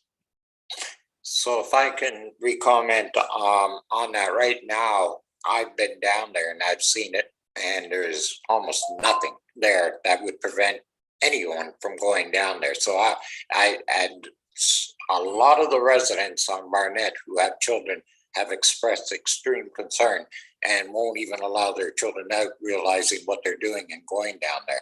So with that in mind, and the fact that there's a possibility of someone drowning or dying, I think that it's imperative that we get something done in there to prevent anything from happening within that area. It's not only, it's a liability not only to the tribute, but it's also a liability to the town of Shelburne, and God forbid if a child ever drowns within that area. Yeah, you know, I've seen the area that Councilor Bernardo is speaking of, and I hear you, Steve, with respect to planting and natural growth that will eventually serve as a barrier. But I just wonder if there's something that we could do to sort of accelerate that instead of waiting for things to grow and to form. It is, I'll say, quite dicey in that area. There are a number of kids, young kids that are galloping in that area there. So I can certainly see why there's cause for concern. But I know Jim probably wants to speak to this as well. So Jim, go ahead. Yeah, that area still is under works. The park block that's immediately to the south of the stormwater management area, it until very recently has been used as a topsoil storage site for the development until they can finish construction and then put the topsoil on the lawns and get the sod started. So they do still have work there to complete in that general area. And then there's a trail that's going to connect through to the sewage pump station and washroom building there as well. So they're not done yet. But like Steve says, the reviewer needs to get out there, landscape reviewer, and check it out with their engineers and see what still needs to be done. Just as a follow-up to that, is there, and maybe you said this already, Steve, and if I missed it, I apologize. Is there an idea as to when they will be out there? Yes, I believe it's next week, but I can check with our reviewer if that can be prioritized to this week, because we hear the concern, and you know, if there's not enough time left in this season to make a landscape approach work. I don't know if there's some thought to other temporary measures that might be required. What I will add though is, and we need to also check if all of the warning signs are adequately posted and that they're adequately spaced in good locations so that they're clearly visible. For anyone watching out there, this is not an area where people should be getting close to the water. I know everyone is, I'm sure, warning their kids and advising them how to safely navigate the subdivision and to stay away from hazards, but there will always be some level of access in that there's the forebay area with the access road that does go out into in between the two basins, and that will not be cut off by landscaping. So we would remind everybody who's listening in and watching, and please, not only for yourselves but for your kids' safety, stay away from the water. The water level can change, and the edges of the pond could be unsteady. So just keep away from the water. All right, thank you for that, Steve. I mean, certainly I agree with Councilor Bernard in the sense that, the exposure to liability. So I think those signs that you speak of, I hope that they are there and visible, and if not, that at least as a temporary stopgap, that something is done to address that. So we'll leave it with you two guys to address that. Okay. Councilor Bernardo, please go ahead. Yeah, I'm still not finished, unfortunately. One other inquiry. I want to inquire on the east side of Stella Jones' property, the one facing the railway tracks. The fence there is falling down. in some areas. I'm wondering, when are they going to start to put up the noise barrier fence within that area? For you, Deputy Mayor, I can take that question as well. Please go ahead. Your question is timely, as I did get an update from that late last week from Stella Jones representatives, and it is in their site plan agreement that they're required to build a continuous acoustic fence and screening fence along their east boundary and replace the older fence that's there. They haven't moved forward with that work yet, as they're still finalizing some remaining technical details of their site design. And that'll have to be submitted, and I'm hearing it'll be submitted in the next few days for engineering review. And I believe there was a site meeting today as well. But the good news is that from those discussions, it sounds like Stella Jones, whereas before they had planned to do that fencing towards the end of their next phase of building, they are looking at moving that to this fall instead of doing the fencing after their new distribution center is built. So we've encouraged that. The earlier the better from our perspective as well, in terms of fencing that boundary between their site and the existing homes to the east. And if I can further comment on Stella Jones, is it possible, there's a huge amount of dust that rises up from the gravel area along as well as the hill, that is it possible to get them to put more, I guess, water or whatever down to stop that dust? There's been a lot of complaints as well from the residents with the amount of dust. I've been told there's almost no point in washing a vehicle. It's just going to be covered in dust very shortly. And along with that, the other complaints that I've been getting is regarding the hill itself as well. Is it possible to, I know it's a temporary thing, and as soon as they get their work done, they're going to take it away from there and put it into the I guess a temporary stormwater pond or something that they're putting it into. Is it possible to get that as well watered down, so that that's another area where a lot of dust and dirt comes, especially as this year has been a hugely windy year? For you, Deputy Mayor, I can start, and I think Jim, having been on site today, may have something to add there, but I can confirm definitely through the agreements and approvals that Stella Jones has already that there are dust control provisions, and the owner is responsible to ensure adequate dust control during construction to the extent possible.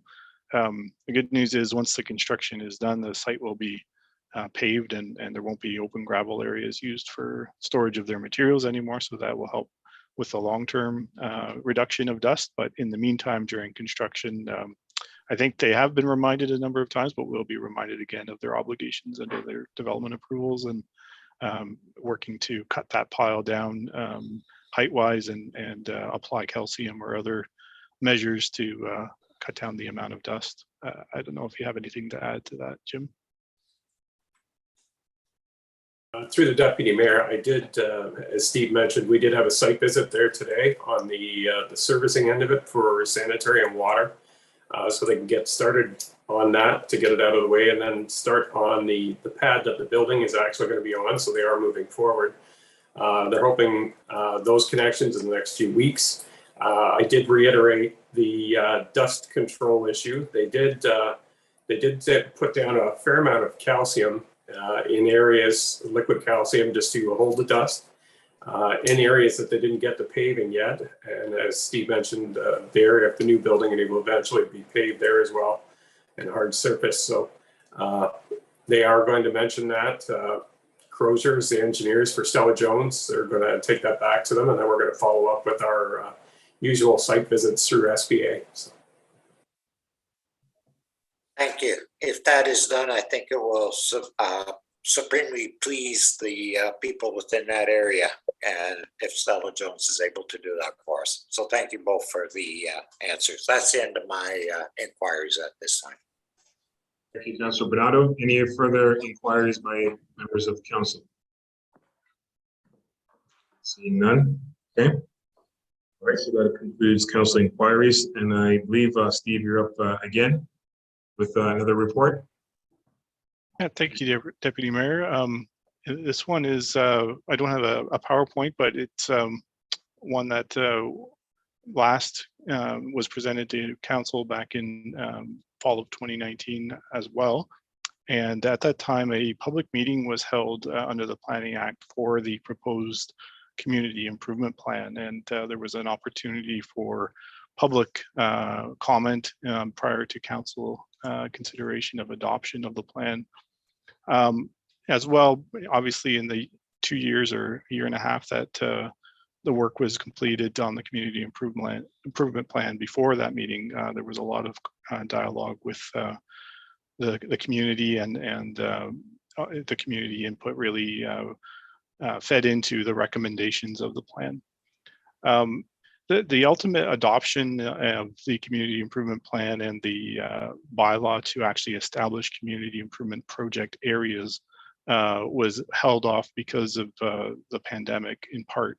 I would say that staff focus and at the planning level, our focus as well, shifted to other matters as we were navigating the pandemic. And in 2021 in particular, we had an unusually busy year from a planning and development standpoint.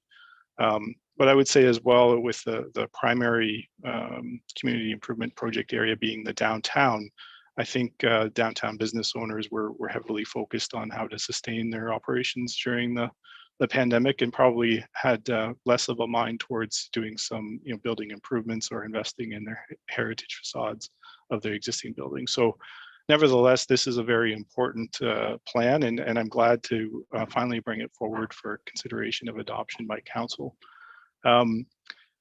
The purpose of adopting a CIP is really to enable its incentive programs. So the CIP that has been created for Shelburne has many components to it. Many of those components relate to investments that can be made by the town in town property, like Fiddle Park, like Jack Downing Park, like municipal rights of way. All of those things can happen with or without the adoption of the CIP. The CIP helps to guide those things, but didn't hold up any of those processes. So I can assure you that the only thing that's really been impacted by not adopting the CIP until hopefully tonight is the actual implementation of these CIP incentive programs for the private landowners in the downtown area.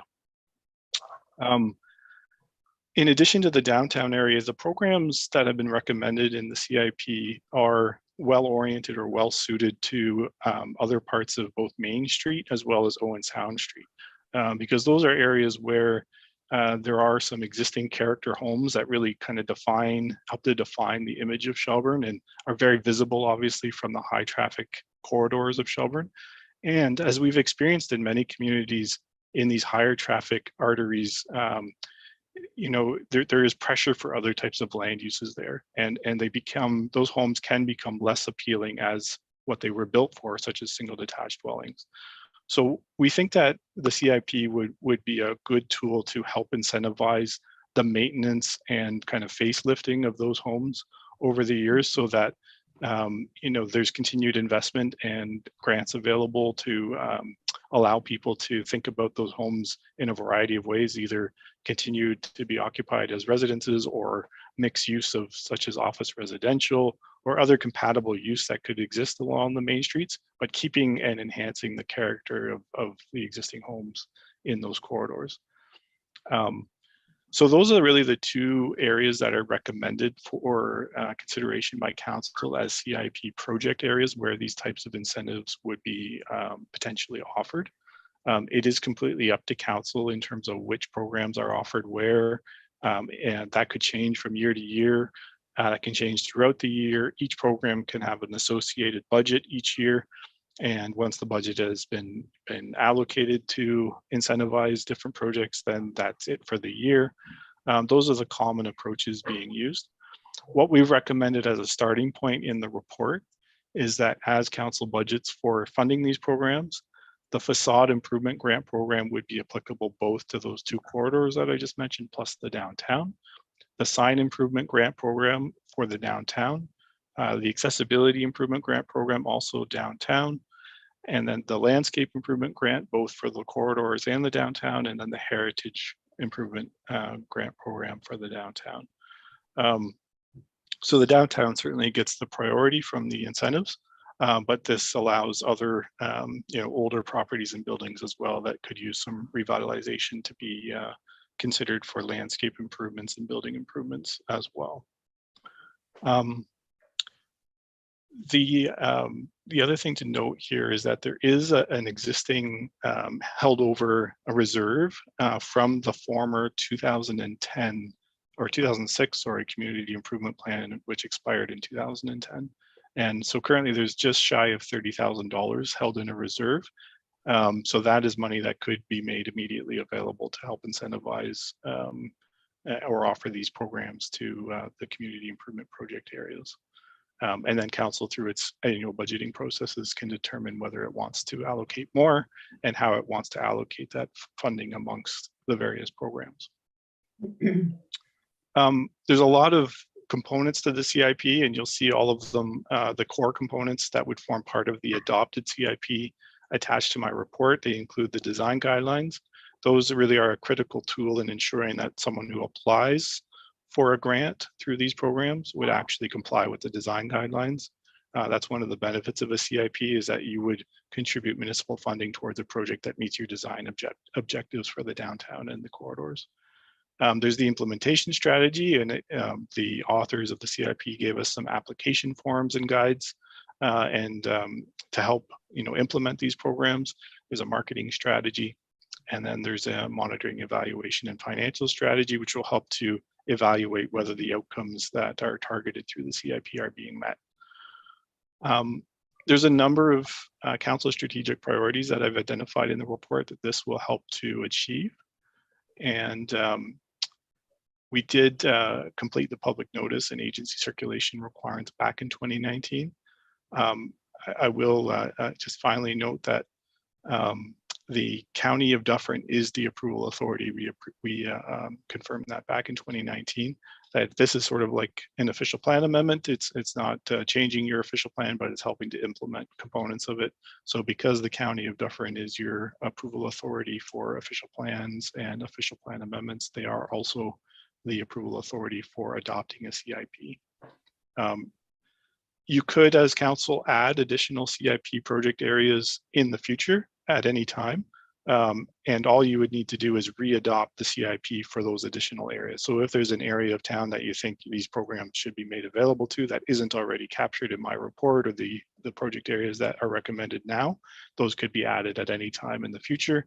That would trigger, though, that the CIP would have to be re-adopted for those areas, and then ultimately be approved again by the county for those areas. We did consult with the county as the approval authority through the 2019 public meeting and consultation process, and they did not indicate any comments or concerns with respect to adopting the CIP. So we would work with the county to ensure that that's processed as quickly as possible. Of course, it would require a decision of county council, so that will have to happen after the municipal election. In the meantime, we can work at the local level to give some formality to the programs. And then once that county council, sign off on the plan is received, then we can start to implement and offer the grants and the funding assistance to specific projects as they come forward. So that's a kind of a summary of the key information in my report. If you have any comments or questions, I'd be happy to respond. Thank you. Thank you, Steve. Sorry, go ahead, Councillor Buffett. Yes, I've got to say that I'm extremely happy, like overjoyed to see all of this taking place. I was hoping that we'd have it sooner, but that's okay. I'm a very impatient person, so I can wait. One of the things that we did several years back when we had a similar project was to have the applications come in before the Heritage Committee for the design guidelines and so forth. And I'm assuming that we will be doing the same thing again. Through you, Deputy Mayor, absolutely. Like the CIP itself provides kind of template application forms and processes, but before actually implementing these programs, we can establish whatever procedural rules and processes that we want to implement. And so having Heritage Committee review would naturally be a logical step in the process for any building that has some historical character or value or is in an area of heritage interest, to make sure that the proposal is made available to the Heritage Committee for review and comment. And then my next question is, with the county having to review this first to approve it, do you have an idea about the timing for all of this? I haven't specifically reviewed that with the county. I'm just mindful of with the election, like they won't really be dealing with. I watched the last committee of council meeting where they were talking about that they won't likely deal with any more regular business until January. So if this is adopted by this group tonight, then it would go immediately to the county, and I would expect it hopefully to be dealt with in the first quarter of 2023. If it can't be dealt with in January, we'll look for the earliest possible date in February or March. I think the county does technically get 120 or 180 days, but I based on past conversations with county staff, I don't see any reason why it would take that long. Yeah, that would be good. Okay, thank you. Okay, Councilor Bernard, go ahead. This CIP also deals with the sign bylaw or incorporates with it so that we have some control on maybe replacing some of the signage in the downtown to make it more of a heritage style signage. The relationship through you, Deputy Mayor, to Councilor Bernardo, the relationship between the sign bylaw and the CIP is that all signs would still have to comply with the sign bylaw, but if owners were having difficulty, or wanted some help with replacing their sign, this would allow a program to offer some financial assistance to do that. So they would have to both meet the sign bylaw as well as the design guidelines of the community improvement plan itself. So council, in deciding whether to grant financial assistance, could decide whether the sign is adequately meeting the design criteria of the CIP. So there is an additional layer there with some financial assistance for appropriate signs. Well, I guess what I'm trying to get at is with the downtown and the last CIP, we were trying to go towards heritage signage with heritage colors. And with this CIP, can we gear it the same way so that if an owner of a downtown wants to replace the sign that he has there, the granting of the money from the CIP, and it would have to go towards the heritage, to the Heritage Committee for approval with the heritage style signage that we were looking for even the last time. I guess that's where I'm trying to direct this question at.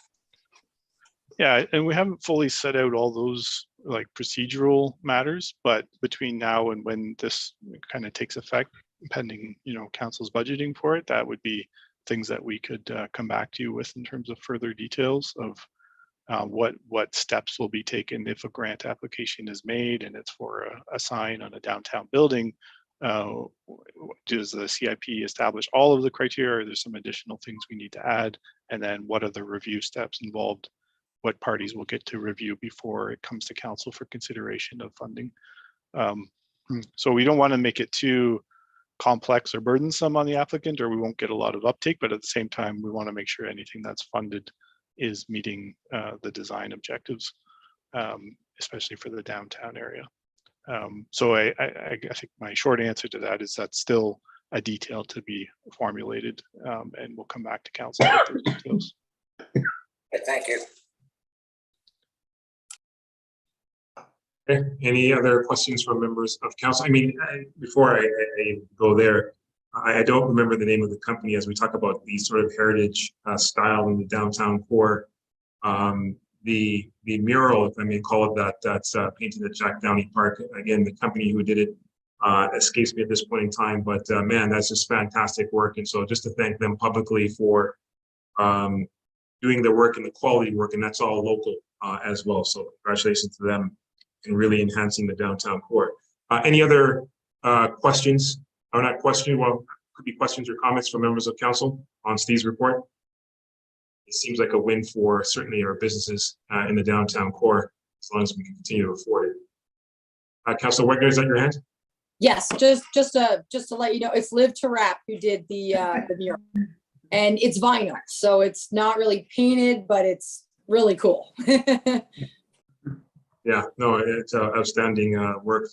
And I probably should have did this during the council inquiry, so I apologize. I just asked for your indulgence for a minute, but just to take the opportunity to thank staff for the outstanding event that happened on Friday, the orange shirt ceremony. Of course, our own DEI committee and all the work that went in from the committee and members of the Indigenous community as well. It was a fantastic turnout. The crosswalk, the lighting of the town in orange, and all those who participated in creating the gallery at Town Hall as well. I mean, the feedback that I've received was just tremendous. Again, the turnout was fantastic. So thank you all for making the event a success. So let me just read the recommendation. If there's no further questions from council, I'll read the recommendation as it is stated. It says, be it resolved that report P2 022-29 regarding the community improvement plan be received for information, and that leave be given for the reading and enacting the bylaw 50-2022, being a bylaw to establish community improvement project areas for the town of Shelburne.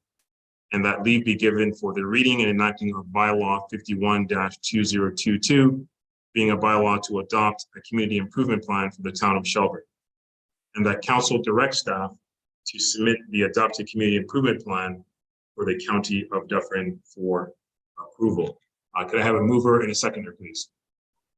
Councillor Fegan and Councillor Wagner. Any further discussion?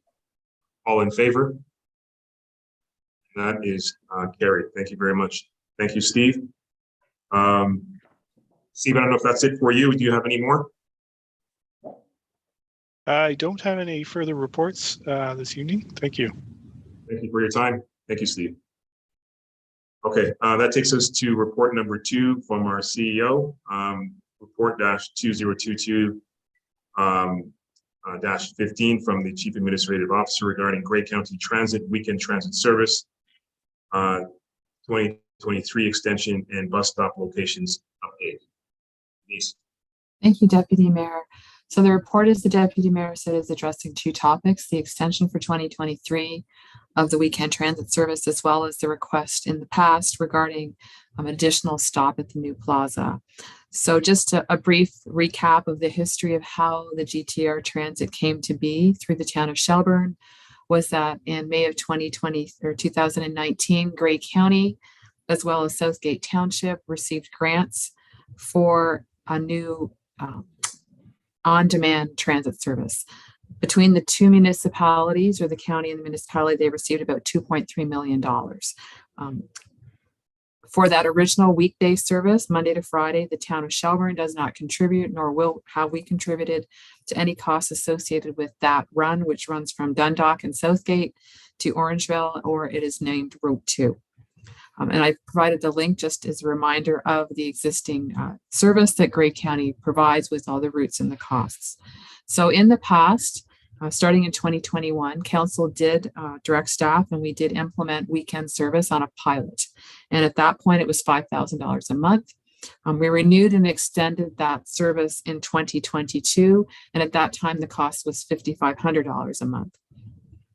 The agreement that we have, which was council approved with Grey County for this service, will expire on December 31st of this year. Given that's an election year, it's a budget timing issue with respect to consideration of those costs, and why this report is before you tonight. So some of the information that's been provided is the rides to date for the entire system, and that's provided in Appendix 2, and also a report which outlines all of the costs associated with Grey County's operation of this service, and the requirement for just in 2022 to adopt more money. About $322,000 was provided, as well as the estimated cost will increase in 2023 by about $600,000. So as a background, just for clarification, this is not conventional transit. This is an on-demand system. But in any case, many conventional systems are highly supported through those municipalities that have gas tax. And even with gas tax, which can be significant, most transit operations are heavily subsidized just by virtue of the total operating capital costs associated with both services. So as I mentioned earlier, the town of Shelburne does not contribute to the day-to-day Monday to Friday service costs. We fund only the weekend.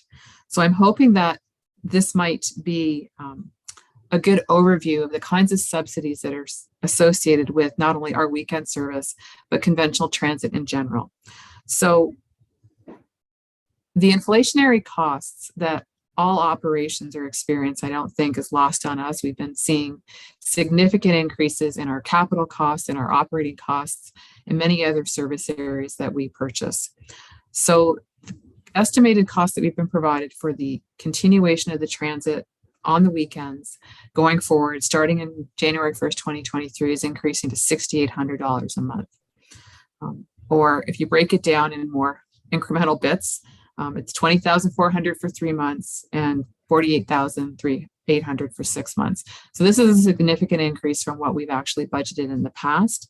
And as you can see from the summary that I provided, the 2022 ridership to date, based on January 1st till just the end of August on Route 2, is a total of 531 rides. In the chart that follows that, you can see where those rides start and emanate from and end. And I've identified which ones are in town. And the ones that are picked up and dropped off at our Victoria Street, which is adjacent to Town Hall, for the most part, is the most prevalent location for us. There are significant riders that both get on, pick up, and exit or drop off in both Dundalk at the arena or in Southgate Township, as well as in Orangeville, which is a prevalent reason why people are going to use the service. As I mentioned earlier, the route that we're actually part of is the most popular route in the entire system that Grey County operates. So I'm not going to go through all the charts, but you can see where people are within the town of Shelburne are getting on and off and where they're actually going to. We did check with Grey in preparation for this report, and their operator confirmed that their unofficial data evaluation of their weekend service riders is that they're using this predominantly for the four following categories: for employment, for connecting with family members, shopping opportunities, which is reinforced by the number of people that are at the Orangeville Plaza Mall, and they're using it for a drop-off point to connect with family or friends that are picking them up to take them either further north past Orangeville or further south past Orangeville or further north past Dundalk. We know that they're not using it for a connection in the GO because there is no GO service leaving Orangeville on the weekends. So the current subsidy in 2022, based on our existing cost of $5,500 a month, is approximately $82.86, which means that every ride is subsidized by that amount. While that may seem shocking, as I mentioned earlier, the subsidy in transit is exceptional.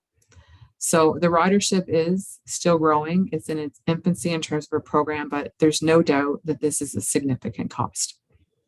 The fare is $5 a ride. So if you're going both ways, it's obviously $10, which is actually greater in cost than a lot of conventional intermunicipal transit, where it's usually $250 or $350 a round trip, depending on how that fare structure is implemented. We also know that based on last year's ridership in the months of October, November, and December, it did drop. It's colder, so there's less reasons for some people to be using it. And we understand as well that the price for the fare will not be increasing in 2023. It will be held at $5 a ride per user. So if we look at the increased cost of $6,800, that potentially even looking at a full year of 900 riders on the weekend, the subsidy per ride based on that cost will be about $90 a ride. Again, offset by the $5 per ride that the user would pay. So the report is outlined with respect to the weekend service only, that there really are a couple of options for council to consider in providing direction to staff. One is that a pre-approval so that the agreement can be extended, and Grey County is given ample notification of that. for either 3 or 6 months. I mean, it could be any other months, but staff have recommended 3 or 6. And then the other option, with that option, that would have a pre-budget approval where this would be a cost and the agreement would be extended. And that cost would be embedded as a final cost for 2023. And the new council would make the determination if the remainder of the fiscal year was something they wanted to continue paying weekend service for. The other option is that the service at an increased cost would be suspended as of the 1st of January of this year. The new council through the budget process would then evaluate the service continuation as a function of that budget with the known costs. The likelihood is the service would not be reinstated probably till April of that year, because Grey County would also need ample notice to reinstate the service, the marketing, and everything else associated with that. And then council would still determine whether or not the $6,800 a month for about 7 or 8 months of the year was something they wanted to proceed with. So we'll loop back to that. We had also been asked, the second part of this report is specific to adding a new bus stop location at the Fieldgate Plaza. So staff had followed up fairly quickly with the plaza owner to find out, based on the notice of motion and the approval that was provided in July, if we could actually move forward with that opportunity, even for the weekday service. As council is aware, the closest stop right now to that new plaza is at School Road. It's about 850 meters of a walk, which is still a bit of a distance if you're particularly carrying groceries or any other things that you may need that you've purchased at the plaza. And in the snow, it's probably more challenging. So we were advised, based on the criteria that we had identified, that we weren't looking for a permanent transit location. We were looking for a stop that would be a place where people could get on and off. This is not conventional transit, so it would already be prearranged that that person would be known to be in the plaza.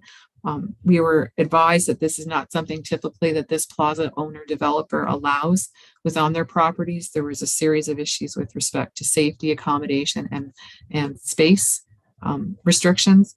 So instead, what we looked at as staff working with Grey County was that the abutting roads, once they're assumed, will provide a great opportunity and in close proximity to the plaza to drop somebody off. They could simply walk in and then return to that location when they needed the service, when it was leaving.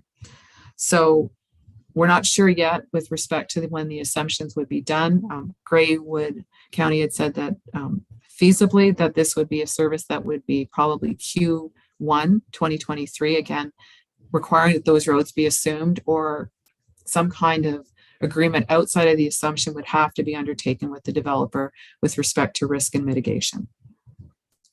That said, and then tying these two issues together, is that the option to have a 5th or a new 4th stop and discontinue the School Road it can be disconnected from the weekend service being continued.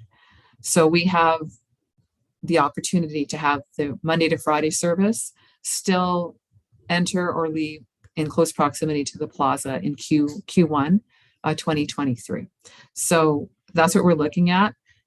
Whether or not we have 5 stops, there is very little use at the School Road location currently. It may not make sense strategically to continue and have 5 stops, but that's something we certainly will further explore, including discussing this with the existing riders on weekday use and what they would need. So circling back to the recommendation,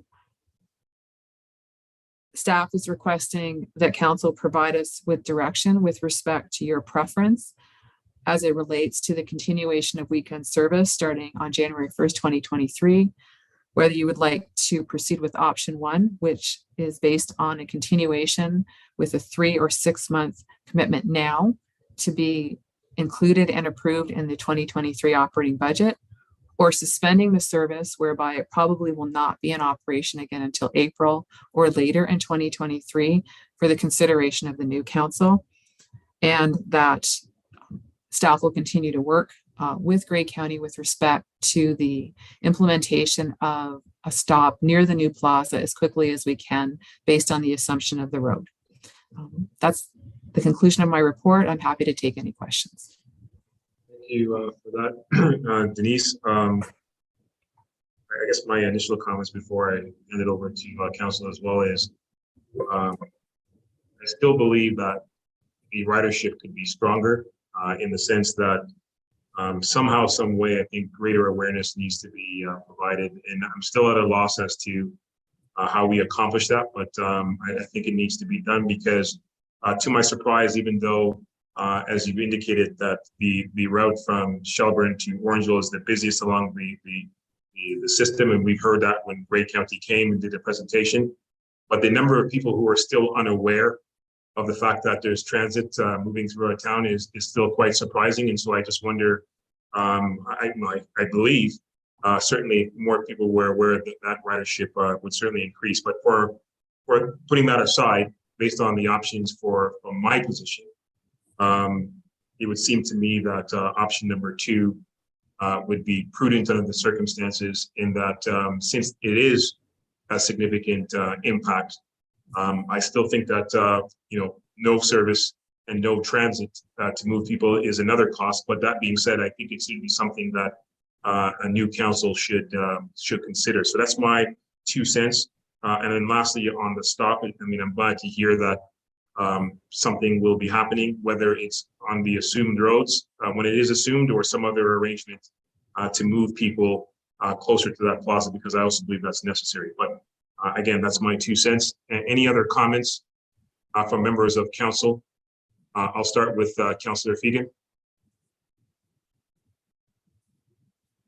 Thank you, Deputy Mayor. Denise, you had mentioned that we can deal with these as 2 separate issues, correct? As far as getting a stop at the Fieldgate Plaza and also dealing with whether we suspend the service for January, whatever. Is that correct?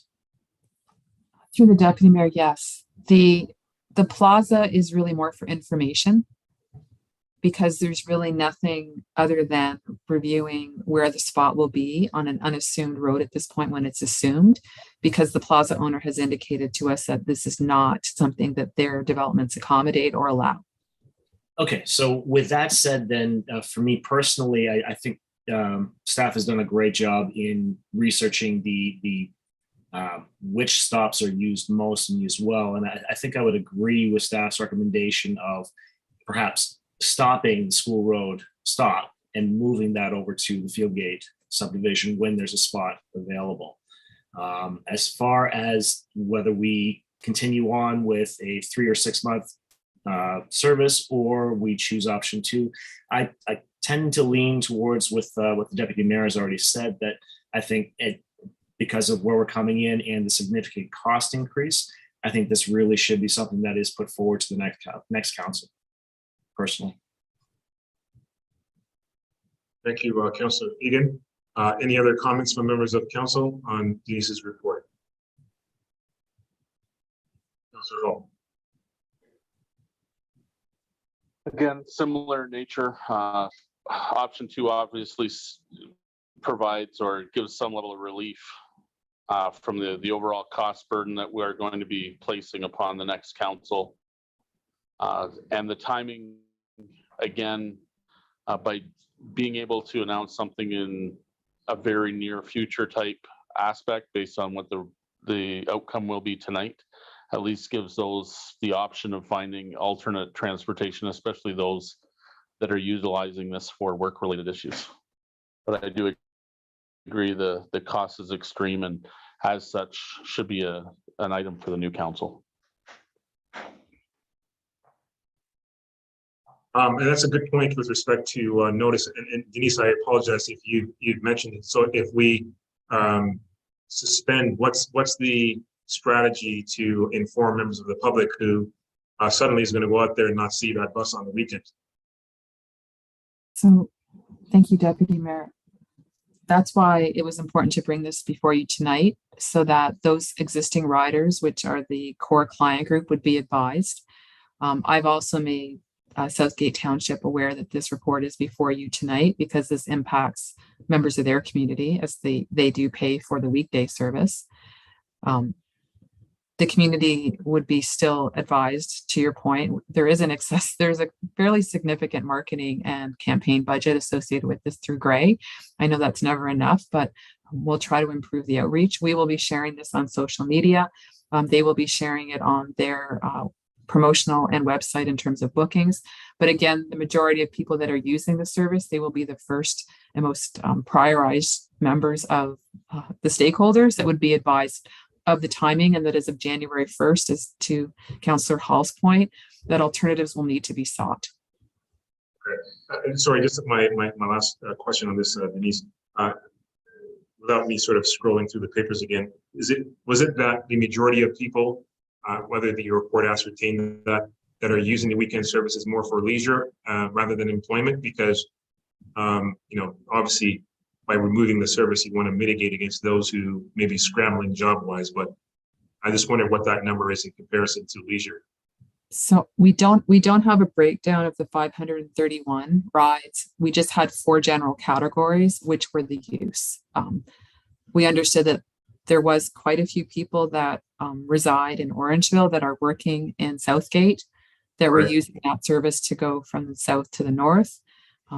I think from the numbers, we're again making some assumptions, but that a lot of the people that are traveling south are heading to the Orangeville Mall.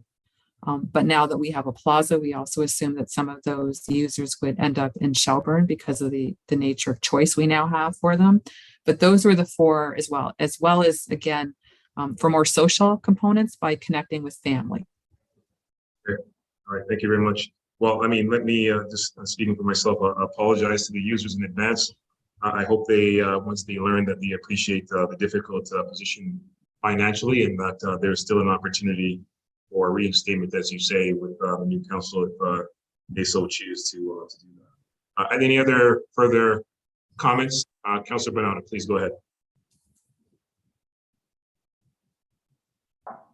Apologize, I lost internet connection there and I had to reconnect again to get back on board. But I think that letting those that are going from Orangeville, if they're going from Orangeville to go to work in Dundalk, it may be advisable to advise the town of Orangeville to publicize it in some formats down there as well, to let those people know down there that the bus service, if they're using it for work purposes on the weekend, is no longer available, not just relying on us to do it up here.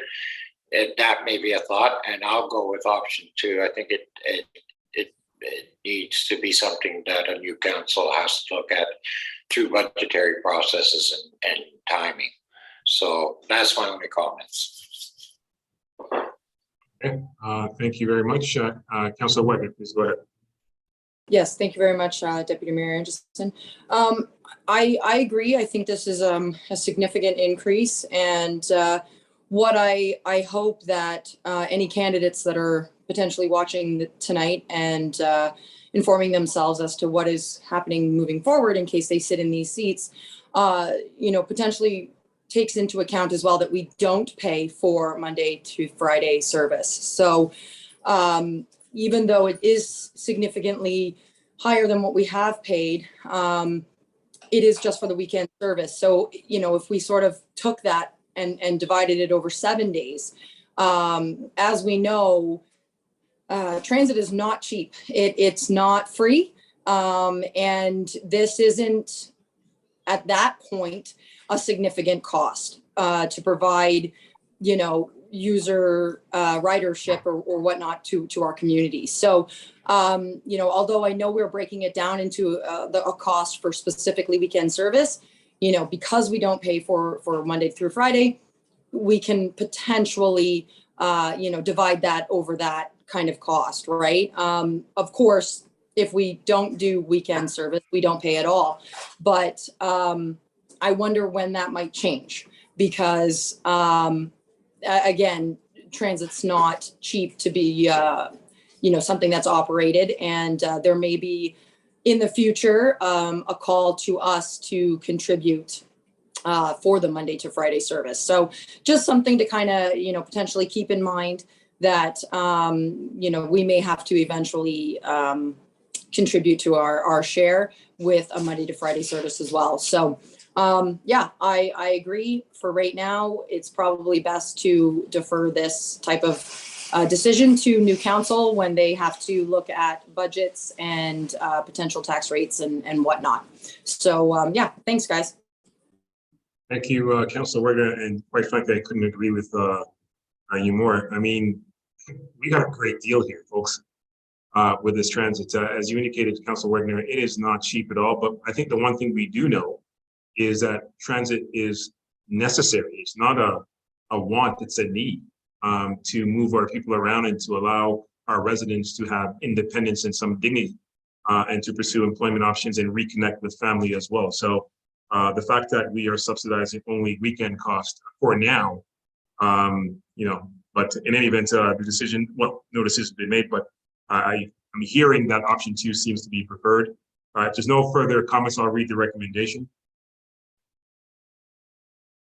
Okay, so bear with me here because it seems like option 2 is on the table because, anyways, let me take a stab at it.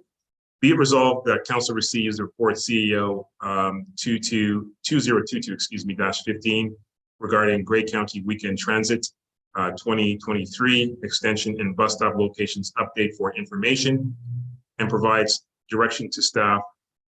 Now, and maybe get some assistance on this, either Denise or Jennifer. Did I just go with direction to staff that option 2 is the preferred service? That'd be okay? Yeah, so, and if you could just clarify what option 2 is, and that is the suspension okay. of the weekend service effective January 1st, and that it be considered as a service in the 2023 operating budget for the consideration of council, or we can word it, something like that. So, and provides direction to staff that option number 2, which is the suspending of weekend service as of January 1st, 2023, be preferred and approved and subsequently be considered as service for the 2023 budget. Is that sufficient? Okay, thank you. Can I get a mover and a seconder for that, please? Councillor Fegan and Councillor Bernardo. Any further discussion? Seeing none, all in favor? And that is carried. Thank you very much.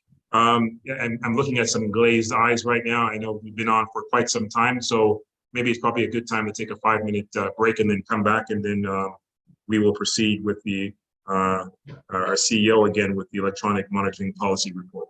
Okay, so we'll take a breather for 5. That's okay. All right, perfect. All right, see you guys in 5 minutes.